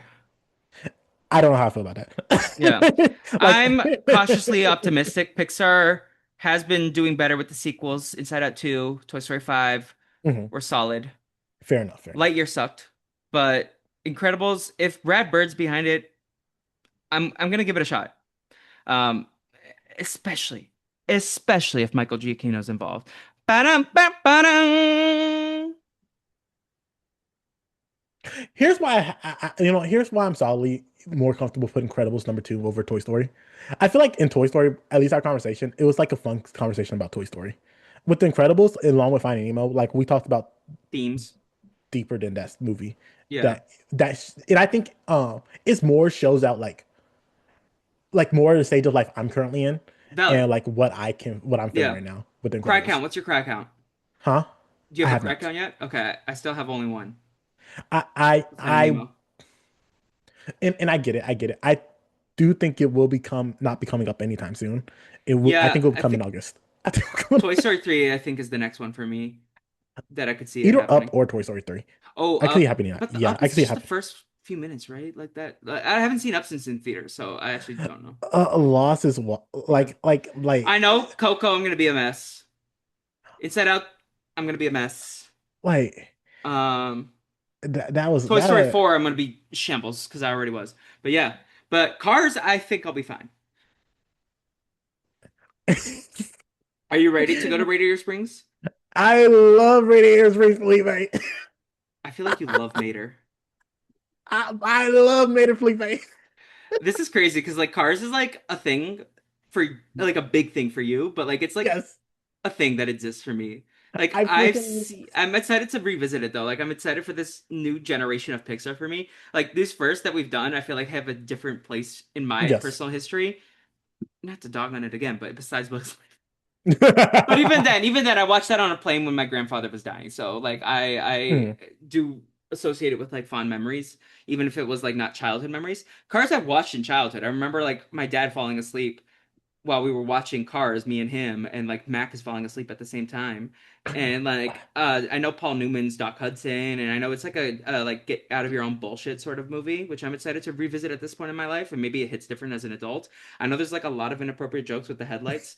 I know that there's Michael Keaton plays Chick Hicks, which I'm excited about. I'm excited for like just a nasty villain, like someone who's just like nasty, like and kind of like gross. Yeah. Like Syndrome is kind of in that tier. Randall's kind of in that tier, but like Chica is just deplorable.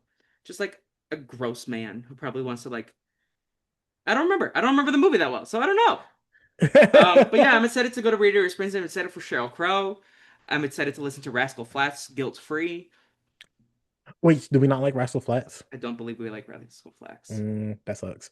but I love Life as a Highway. They used to play that in gym class all the time. I But love Life is Highway. yeah, AJ, anything else about Incredibles or anything you want to talk about? Like, not about the credit, but like, what? Pause. Why are we ignoring Owen Wilson? Like, Owen Wilson's in fucking Cars. Ciao. Like, ka-chow. Like, Larry the like Cable Guy? Lightning. Not as much him. Like Lightning. You got Paul Doc. You got Newman? Sally Mater. Mac, Larry the like you Cable Guy said. is Mater. I know he is Mater. Oh, okay. Like, I like Mater. Is this no cow tipping is barnyard, but this has a kind of cow tipping Yeah, scene. cow tipping. You also have Flo, fucking Flo. Love Flo. I love Luigi Luigi. and Guido, like Guido, I the love Luigi. sheriff. Like, oh my God. This is a Mac. I don't know if y'all can tell by like the giddiness I have through like the audio. I think I love this movie. I haven't I am been so this happy. you have been this excited since like maybe Toy Story. This is gonna be so like let me tell you something. This is not going to be number one, full stop. This is not the best Pixar film. But I love this film. Okay, I'm excited. I'm excited. And yeah, Like that's the gonna be sleeping scene, the race cars. Like I played the games, Felipe. Like I had the toys. My friends had the toys. Like this was my childhood. Cars, full nice. stop. And Yeah. then they ruined it with Cars 2. But like I Cars love 1, Cars 2. bro, what are you on? Cars 2 was stupid when he eats the wasabi and he thinks it's pistachio ice cream. I died. I think Cars is stupid fun. It is like literally just fun. Like Yeah. I'm not coming into this to watch a good movie. I'm here to have fun with Yeah. Cars. And that's gonna be our first podcast together.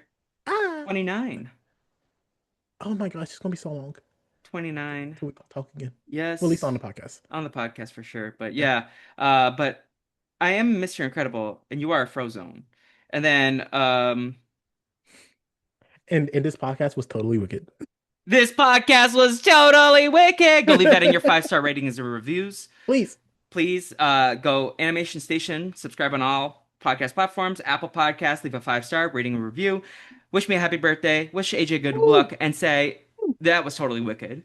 Spotify, go follow, give us 5 stars there. Go to our YouTube channel, subscribe there as well, and any other podcast platforms that you know, and then go steal your friend's phone and go write a 5-star rating and review on their Apple Podcast, please. It's birthday season, so you can do that. If you want to Baby. support AJ and I financially, we love a little income.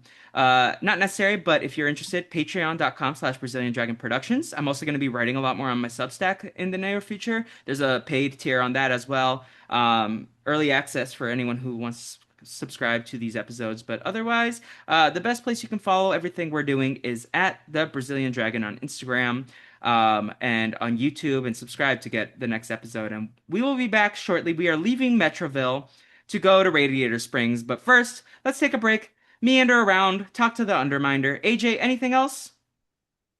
No, like Yeah, 5 stars, comment, review, love it. yeah. I'll see y'all next time. And until next time, everybody, obrigado for listening. Goodbye.